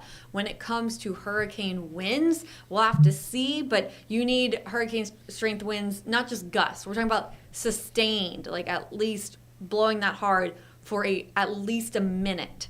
And from there, then you add on the rainfall. I think that Kingston will absolutely be impacted horribly by Melissa. But when it comes to those terrifying winds, we're talking about winds of, say, 160 miles an hour. That's happening on the western side. Everyone says, oh, it's an island. It's a big island. It's not like these little barrier islands we have here in Florida. This is a 150-ish miles wide. And so the worst of the wind, more concentrated to parts of Jamaica. But the rain, the tropical storm force winds expand almost 200 miles, and the rain expands that far too. So lots of rain for Kingston, but when it comes to those destructive winds that you'll see flatten a structure completely, you're not going to see as many images the closer to places like Kingston you go. Now, that's not to say they're very mountainous there too. So I think the higher up you go, of course, the stronger the winds are. So it'll just be really interesting to see how this plays out. And I really hope the best for them. I hope it's not as bad as we think. Then it goes to Cuba. So tomorrow we're talking about Cuba. And this is still a strong hurricane. It's expected to still be a major hurricane. Cat 4, maybe down to a Cat 3. We'll just have to watch it. But with the way that it's still a Category 5 over land right now in Jamaica, I'm afraid this is going to be an extremely strong hurricane. Also making landfall in Cuba. From there, it will move across Cuba and then into the Bahamas and cross over the Bahamas as a Category 2 hurricane. Robert, I'm really concerned about storm surge for the Bahamas because they're so flat. I think that surge, it's a Category 2 hurricane pushing all of that water straight over some of those islands. So, of course, the wind and the rain a concern, but I am very nervous about their storm surge as well for those flatter islands over there in the Bahamas. And then also, unfortunately, this is something that we're going to watch for several days because by Thursday night into Friday morning, it's even approaching Bermuda. Do you have anything that you've been watching over there? Thank you for working on these graphics. Are you watching a live stream? Yeah, this live stream out of Treasure Beach. They look like they're in the eye. I've been kind of on and off looking at this one for a while here, and now I don't know if it's just paused, but it looks like the wind's not quite as high, which would kind of allude to the fact that they're inside the eye there, which I'm sure a good portion of southwestern Jamaica right now, even inland, people that have been battered all morning are now going outside and they're looking up and they're going, I think that camera was right on the coast, so that can't be live. Because this is now actually the backside for our coastal areas are now starting to get that backside. And it's kind of an issue too. We're talking about storm surge. So as this moves on shore, that wind is still wrapping around like this, which means that the West Coast, which has been getting hit all morning, the winds, all they're doing is shifting, and there's still that surge coming up in their coastal areas. But we can zoom right in, and you kind of see this is hitting the mountains too. So that's going to just almost squeeze out the moisture inside of the storm like a sponge. And Albertown, Cambridge here, these are the spots where we're talking about feet of rainfall, I think are very well possible here, Lee. And then from there, that side, it's mountainous, but it's not, those mountains aren't as tall as they are on the Kingston side. So it is going to squeeze out that rain. It's still going to impact it. It's not going to weaken it as much as it would weaken on the Kingston side of the island. And that's why I think it's safe to assume, like the National Hurricane Center did, that those winds are still at 165 because it's not just ripping it apart. Cuba is known for really ripping hurricanes apart with its mountainous region, but this is more of a short-lived situation over land. So I hope it really doesn't hold on well, and I hope it continues to get ripped apart. But with that said, as Robert said, to do so, it really rains itself out. It makes it a worse situation over those hilly and mountainous areas. It just dumps even more rain. And so bringing even worse impacts to some of those areas. And then, of course, if it doesn't weaken all the way, then you have stronger impacts for Montego Bay, a big vacation spot there in Jamaica, and then the surge that will come around on the backside of it too. So today, we are focusing on, on Jamaica. Sorry, Ross just logged on to my computer. I'm just going to give him 1 second. Robert, would you mind taking over this? Yeah, I gotcha. So, today I think what you were getting at is today we are focused on Jamaica, but it is going to move off towards north over Cuba, then eventually the Bahamas, and then eventually over towards Bermuda. This is actually a look at that wind history, the wind forecast we were just talking about. The hurricane warnings are in place for Jamaica, eastern areas of Cuba, and the Bahamas. And then if we take a look at that forecasted rainfall, feet still possible across parts of Jamaica and also into Cuba. I want to show this, though, our future cast. Because this moves off towards the north and east, and there is a side effect from the storm, and of course, devastating weather over Jamaica right now. But I also want to talk about the broader picture, because as this moves away, you know what it's going to do? It's going to grab this cool air out of Canada. Yeah. And we could be looking at a pretty decent cool down. In fact, by Friday night, so this is Halloween in the States here, the southeastern United States is going to be looking at, not just Jacksonville, but the entire southeast, some of the coldest temperatures yet here of the autumnal season. And this is a classic case, and this is the dumb it up and simplify it. What goes up has to come down. Our storm goes up, and thermodynamics, the whole reason why weather is weather, the atmosphere tries to basically even itself out all over the globe. So you got this big warm air mass going up north. It's going to grab this cold air mass and pull it down. And on the back side of this, we're going to be actually looking at some pretty chilly air. So this storm has a variety of impacts, not only locally, but of course, locally, it's the worst of the weather there in Jamaica, Cuba, and then eventually into the Bahamas. But even broader impacts as far as just controlling what the atmosphere is doing across the United States as well out here, Lee. Yeah. Is it possible, Tate, are you back there? Can we pull up traffic graphics at all? Source 3. Sorry, source 3. Robert, let's quickly recap the season 2, because this is not our first Cat 5 this season. We had Aaron, that was a Category 5, and then we had Umberto, that was a Category 5. Wow. So another thing I heard a lot this season was, why were they so wrong? Why has it been such a quiet season? And we, thank goodness, have not been impacted here in Florida. This is where we're live streaming. We know people are tuning in from all over the world. Thank you for watching. We're located out of the Jacksonville area in Florida. But we haven't had any impacts, thank goodness, but don't discredit this season. Like, this has been another historic season. We have had Aaron and Umberto, and now we have Melissa. 3 Category 5 hurricanes. And we are just very lucky, very blessed to not have had those storms come here and make landfall here in Florida. Gabrielle was a major hurricane. Imelda got close. It was a Cat 2. And we are in October, at the end of October. We still have a little over a month to go with hurricane season. Hurricane season does not end until the end of November. So we just ask everyone to keep watching because the next name on the list is Nestor. That is the N name. And the N name a couple years ago was Nicole, which was a hurricane that made landfall in Florida in November.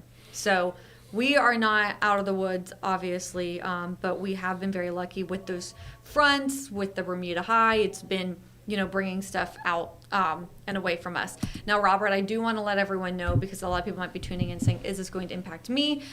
Melissa is the only thing that we are watching and that the National Hurricane Center is watching in the tropics. Luckily, there are no other areas right now of possible formation being watched. So it's just Melissa. But with that said, Melissa is terrifying. Melissa is a major Category 5 hurricane. Earlier, it had winds of 185 miles an hour. Now it's still a Category 5 with winds of 165 because of those impacts that we have had because of land. So that's not uncommon. Robert, what are your opinions on this crossing back into the Caribbean as it's heading towards Cuba?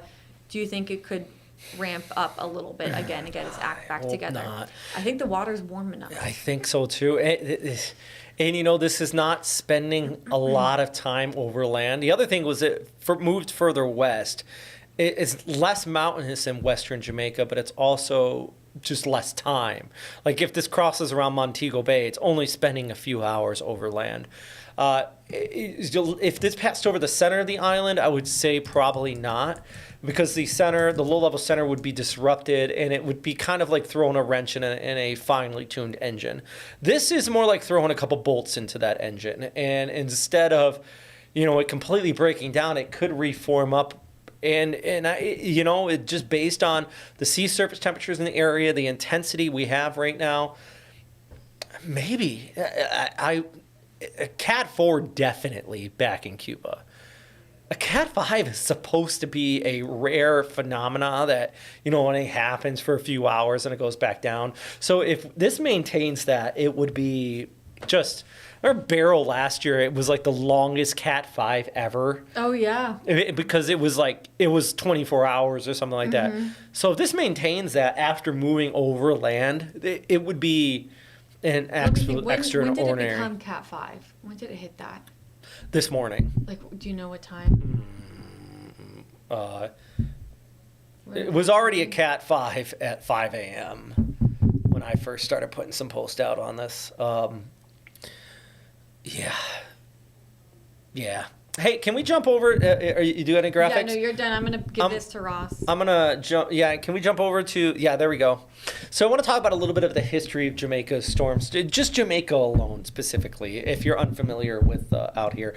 Gilbert is the benchmark for strong storms. And the pressure there was, I think... around 900 millibars at landfall, and that was a very serious, severe storm that hit in 1988 in Jamaica.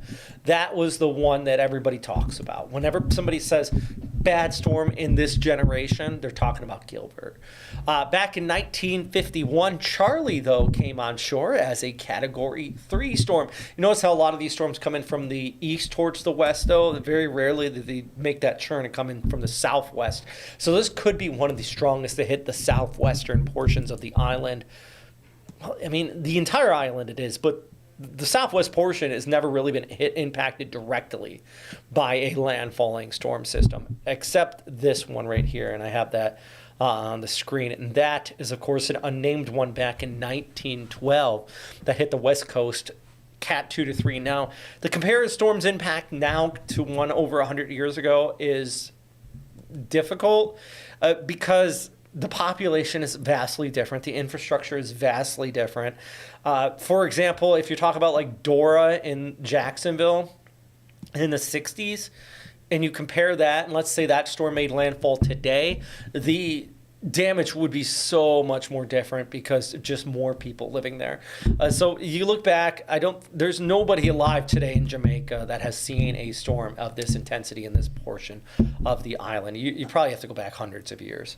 So I was just looking back because I really wanted to say that yesterday it was a Cat 5. And you know when you question yourself, you're like, I've been looking at this so long. It became a Category 5 yesterday at 5 a.m. Oh my God.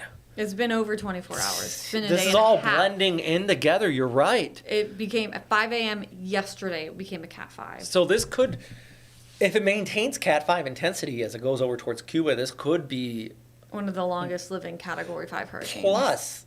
And this is just my judgment. I'm not sure if this is true. It could be one of like the only storms to make Cat 5 landfall in multiple countries. Oh, yeah. Because usually Yeah. like these islands just knock it down a little bit, you Because know. of the mountainous regions, it like kind of rips it apart a bit. The friction. Well, Anyways, you know what? I think we're going to take a pause here, if that's okay. Because at 3 o'clock, we're going to come back on. We're going to keep talking. We're going to have a separate stream maybe at 3 to about 3:30 on this storm system. So we're going to take a little bit of a half-hour break. yep. And- And then so we'll do a 3 to 3:30, and then Lou and Ross do their normal 4:30, and then we'll be doing the newscasts, of course, and so we'll be here with you So- with each of these updates. Continued post. So I think right now, the satellite picture is probably just going to be looping here. I probably should make a separate show just so it loops through. But that's me speaking out loud. But don't go anywhere, and we'll have more information here at 3 o'clock. If you do go somewhere, come back at 3. We're going to give you kind of the latest updates on what's happening here with just record-breaking historic storm, Melissa.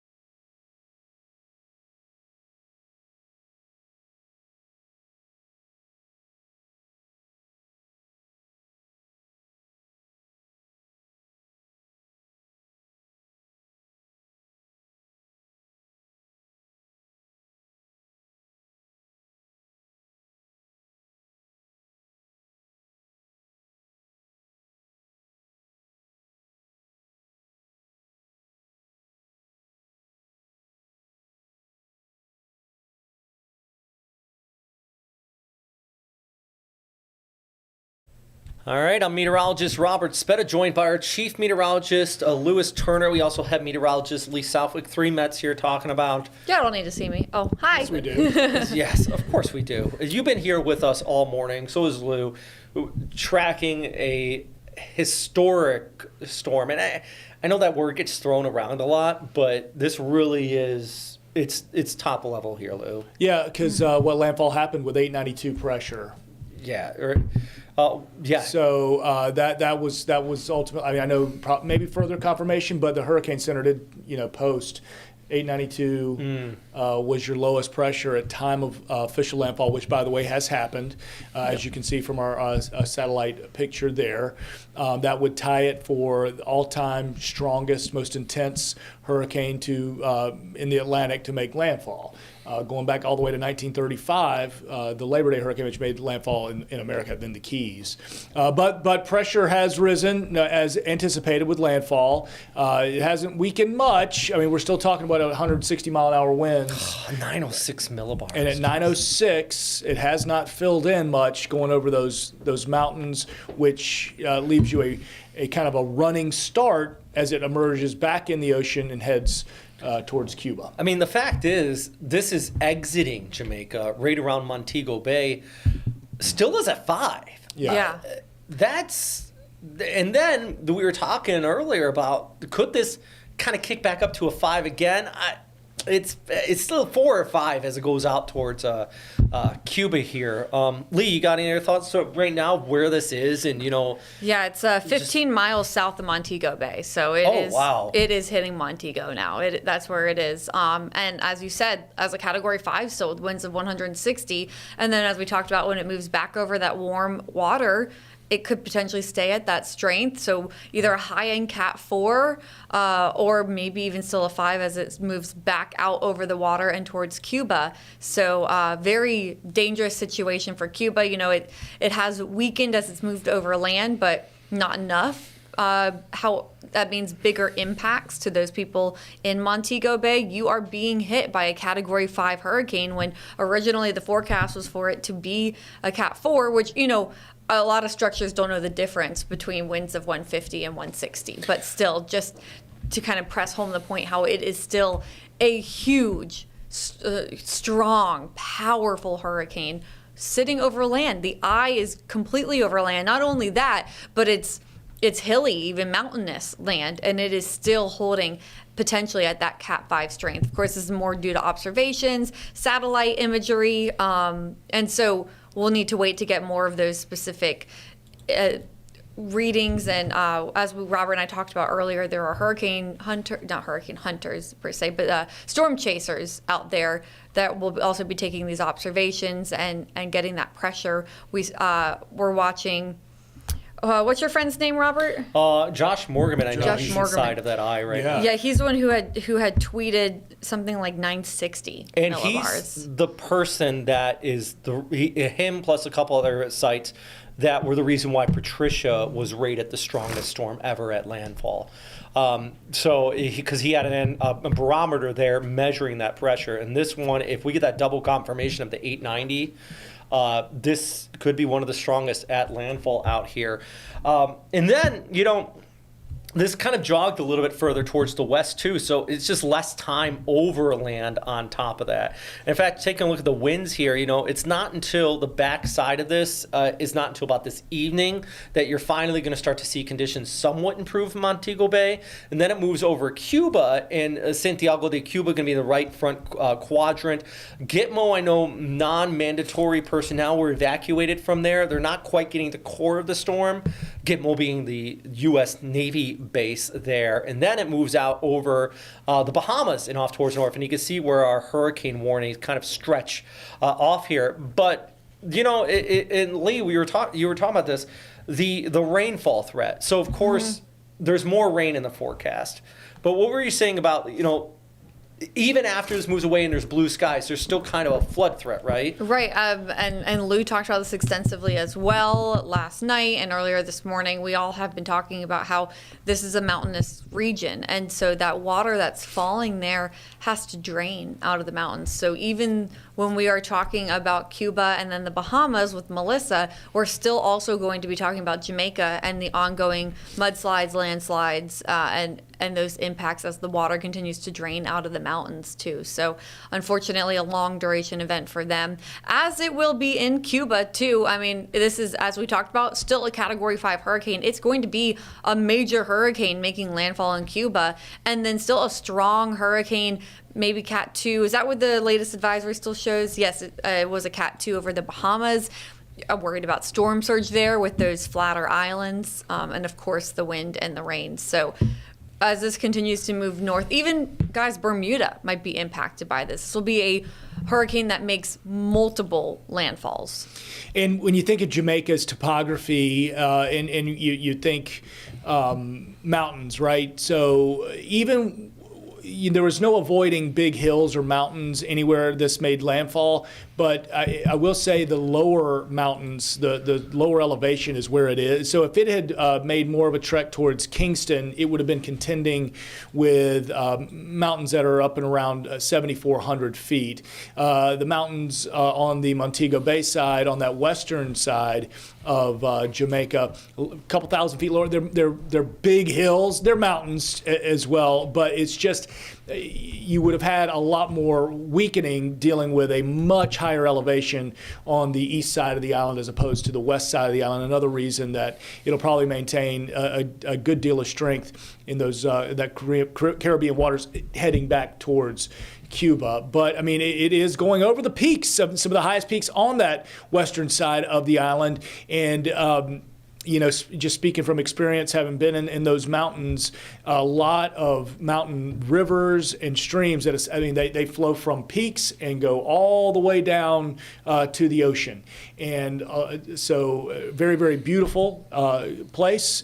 But obviously, as those fill up at the top, gravity's just bringing it right back down to the communities that are built along the coastline and right at the foot of those mountains. But you do see, not that clear view straight down through the cylinder of that eye wall. And Robert had talked about how it's, the hurricane is kind of squeezing, or the mountains are squeezing the moisture out of that hurricane. So yeah, the eye not so well formed anymore, not so defined, but all of that rain is coming down. And those rainfall totals, again, just to tell you guys, if anyone's new here watching, 15 to 30 inches forecasted for Jamaica, and then 6 to 8 inches up to 12 inches for Hispaniola. We're still talking about Haiti and the Dominican Republic, which is they have already seen so much rain from this because it sat off their coast for so long, and we had loss of life in Haiti.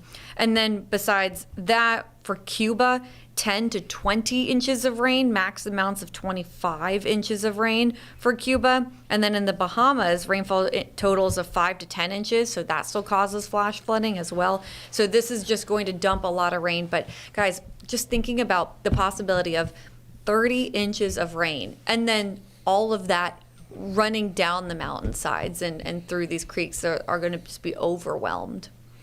It's, and then let's talk about the storm surge here too, because we've all seen some of the videos coming out of here. It's nothing that we have the rights to. We can't just share stuff. That's part of broadcasting.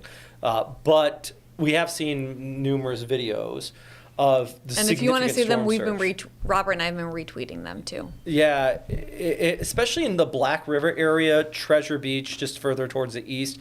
A little bit of just basically, we're right there at Black River. It's kind of like a triangle, so the water got thrusted up in there.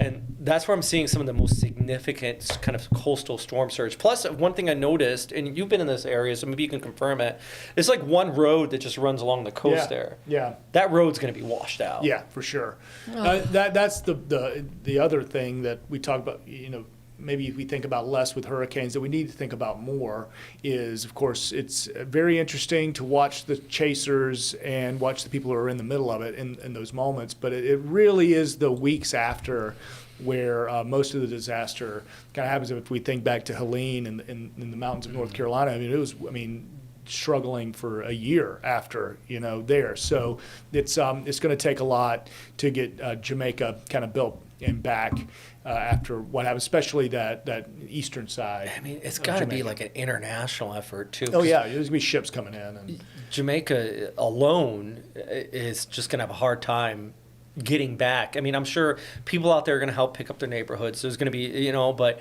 the reality is, it's going to be a struggle for a bit, especially with the infrastructure being so severely hit here. In terms of video coming in, we will at 5 o'clock tonight. If you join us on the on-air side of First Coast News, or here on First Coast News Plus as well, we are starting to see some things being at least video starting to be fed in from NBC. So we'll be able to kind of share that with you. I've had some interesting texts because the people have been trying to pick up live cameras. Like, is this still Montego Bay? And it's going out and see that. So this kind of brings up my point of what I was just about to talk about, which is I had a few people texting, "Hey, I'm seeing live cameras from Jamaica, and it doesn't look as bad as I thought." And I said, well, "Tell me the geography. What live camera are you seeing?" Kingston. Well, okay, so that's not going to be the eye wall. Some 15, 20 miles. The eye itself in diameter. So it's obviously that side of the island. You're talking about a 150-mile long island. They're going to be getting tropical storm force, but they're going to be dealing with the rain and the aftermath, right? That's Kingston. Right. So on the more eastern side, but the Montego Bay now, we're going to start seeing things ramp up. And now, and then the other side of that is, well, what cameras should I be looking at? And frankly, the answer I was giving them is, well, the cameras you should be looking at don't have power right now. The Treasure Beach and Black River, those communities on that side that took direct landfall. I mean, you're not getting live pictures out of anything like that. The fact we have a camera still out of Montego Bay is look. There's stuff flying through. This is an incredible shot. Oh, yeah, parts of the roof are frozen falling off. right there. Yeah. And, there it just froze again. Yeah, so we're going to You can get. see that debris frozen in the air. Do you guys see that? Yeah. Sure. So things, and the worst is coming. So Lee mentioned this. The center is about 15 miles from Montego Bay, so we'll have to keep watching and getting the live ground proof of that one. And do we have? You want to pull up the wind radii? Yeah. Again to lose point where Kingston doesn't have the hurricane force winds. They have tropical storm force winds. I think we just got to remind people that the eye wall of a hurricane is different than the size, the whole hurricane. Right. And I think this is something that's just lost on people because they think, I've been through the hurricane. It's like, it's like this slither. Yeah. Of the inner core. Lee, do you want to walk through this? Sure. Yeah. So you can see here, notice the red, that's the hurricane force winds, which were only extending outwards. You know what? Let me just double check that really quick for everyone. But the hurricane force winds actually only go so far away. I believe last update it was 30 miles an hour, and I'm just going to confirm that for everyone too. But 30 miles out from the center of the storm is not very far. So those people actually getting impacted by a major hurricane when it comes to the wind speeds, it's not all of Jamaica. It's really places like Montego Bay really just getting that. Let's see really quick, you guys. The winds, 30 miles. And then the tropical storm force winds go out 195 miles. So that's the whole island. So that's the whole island, exactly. Kingston is getting tropical storm conditions when it comes to wind speeds. And again, we're not trying to diminish the impacts in Kingston because their rainfall is going to be scary and dangerous. But the actual hurricane force winds, Montego Bay. And then it's going to hold strength as it crosses over towards Cuba. So if we advance this, not all of Cuba going to see even storm impacts because Cuba is a lot bigger than Jamaica, obviously. So the northern, the western half of Cuba not seeing any sort of impacts. Look at that. Look how far it goes. Well, Havana's outside of this. Havana is fine. Now, Gitmo, Guantanamo Bay, seeing tropical storm force winds, and they'll get a lot of rain too, and they'll have to worry about that flash flooding risk. And therefore, we have the hurricane warning in effect for the eastern side of Cuba, but Havana not under any sort of tropical storm watches or warnings. Can y'all hear that, by the way? Should we address the noise that's Yeah, happening? because I Just got a quickly. couple. Yeah, after you. 'Cause- No, we are having some great housekeeping done here at First Coast News, a bit of a remodel. So so if you are hearing a little background noise, it's I think they're doing some drilling and/or jackhammering extensively. Extensive, but Yes. making our Just- house better over here. Just so. a heads up. I'm trying to look up I want to get some relative data. So things that we remember here on the First Coast. Oh yeah, because as we were saying, people think they've gone through storms, and Robert and I did mention this in the 2 o'clock hour. We don't want to diminish anyone's experiences that they've had here on the First Coast when it comes to these storms that have moved through. We know that houses have been flooded out, destroyed here on the First Coast, but if you have lived here since the 1970s, you have not actually lived through a hurricane here on the First Coast when it comes to those wind speeds. We have had hurricane force gusts, but to be classified as a hurricane with the Saffir-Simpson scale, which is wind, we have not had a hurricane make landfall here or move over the First Coast since Dora back in the 60s. So we've had plenty of impacts, but to say that you know what it's like to go through a hurricane, if you're talking about only here on the First Coast, living here since the 1970s, you most likely don't. You most likely only had tropical storm force winds. Maybe we'll narrow that down to Duval County, because I think Helene, did Helene bring like hurricane to Waycross area? Helene, It might have been just gust. It was that's what I gusts. think it was just gusts. See, that's the thing. It just gust Right. brought that damage. Yeah, that was Right, that's yeah. what I'm saying. Like there's And even folks who went through that, there you go. There's a live picture from Oh, is it Montego back Bay. up? And he's got the door shut, it looks like now, so we got a little glass in front of it. So just to feel winds of 160 miles an hour, we haven't It's different. experienced. And sustained. Right. It's 2 minutes, right? 2 minutes. minute, here. yeah, 2 minutes, yeah. So it has to be at that sustain. So when they say Cat 5 right now, this is 160 miles per hour sustained for at least 2 minutes. Yeah. So anybody I've ever talked to who's been through it and ridden it out is unless they're professional chasers and do it, for a living, I guess. Anybody who's said, "I'll never do it again." I'll never. I've been through the hurricane. I'll never do it again. this is other parts of the country or the Bahamas. It's like so. It's kind of one of those things. It sounds different. It is. I'm a different kind of monster. But thinking back to with this storm and its intensity, with an 892 pressure at landfall, one of the stronger storms probably in recent memory for us that didn't have landfalling impacts, but still big impacts would have been Hurricane Matthew. And just for relative, history, that was a 934 millibar at its strongest. And nonetheless, we got sideswiped and saw, some incredible flooding, St. Augustine, and some devastating erosion for our beaches. So, these are just different experiences, right? So, thankfully, we haven't had, like Lee said, we haven't had to have that life experience, and it's why so many people say, "Oh, we've been through one. We can handle this."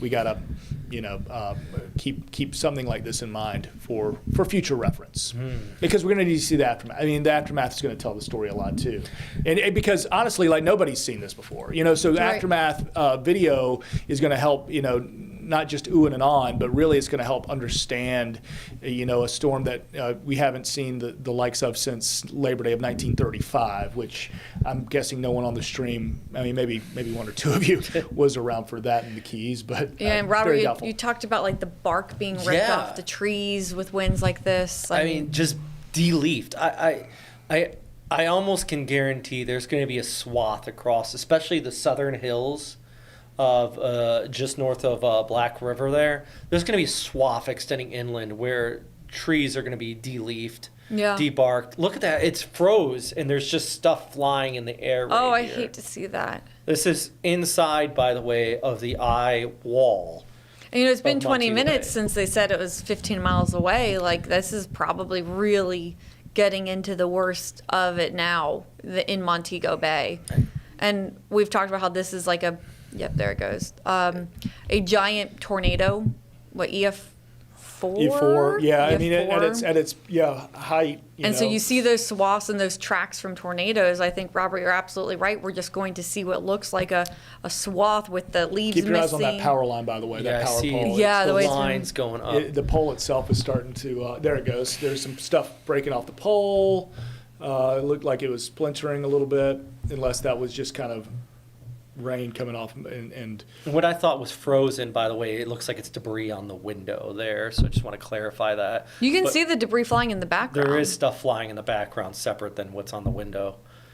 Just it was amazing, kind of. There we go. Kind of get us kind of set up. So this, Oh my gosh. Oh, Did yeah. you see that on we the all saw right? that. So this photographer is obviously in a either a hotel or Airbnb or condo or something like I that. think he's on an elevated spot too, because the shots Yeah. earlier were looking yeah. down the hill. He's he's up, but which There's you'd going to be think some with stronger increased winds. Yeah, it seems like he's taken a step back away from the window here, which is Smart. good. Oh yeah, that's kind of unnerving too. If you've ever been in a situation where the windows are rattling. Have you been in that? Yeah. You just kind of you try to sleep. When you're out in a storm chase scenario, and even I can't claim to have ever been in anything even remotely like this. But you start to hear the windows rattle and kind of in the building you're in, the walls start creaking. When it sways and you realize you're moving, It's not great. oh, it's so scary. Now, I kind of watching and reading the tweets from the like Morgan, who's over there, talking about how I do find it fascinating how they find their places like of refuge, because he goes over, he didn't really have a place picked out. He was just going to get in a truck and drive around Jamaica until he found what he figured would be a safe place to be. In a similar sort of situation, most of the buildings, especially the hotels or condominiums like this that you see, it's cinder block, it's concrete, so you're gonna be protected from the wind as long as the roof holds. If you're kind of on that top floor, you think about roof, but I can't imagine, like, just speaking from the audacity almost to go and do that without having any sort of set plan. That to me, because there is no way to get off the island at any, it's at a certain point. They shut down all the airports. There was no leaving. One of our coworkers, photographer Joe Massa, he's got a cousin who has a home in Montego Bay. Oh wow! Who we're gonna effort to phone her with a little bit later. Hopefully, get on the phone with her and just see how this was. But had no power. They had a generator going, but they no couldn't power get off. earlier? I'm sorry. Earlier today, they already earlier. had no power? Yeah, she had no power earlier. They were already on generator. This but person must have a generator on then. I would think so, or And just 1,000 Starlink or batteries that something, they. Yeah. they had I charged. also, can you guys confirm, I did hear, it was just hearsay, but they were turning off the power ahead of time to protect from fires. Good. Yeah, Yeah, that Which makes is sense. that makes a lot of smart. sense. I can't confirm it, but that makes sense.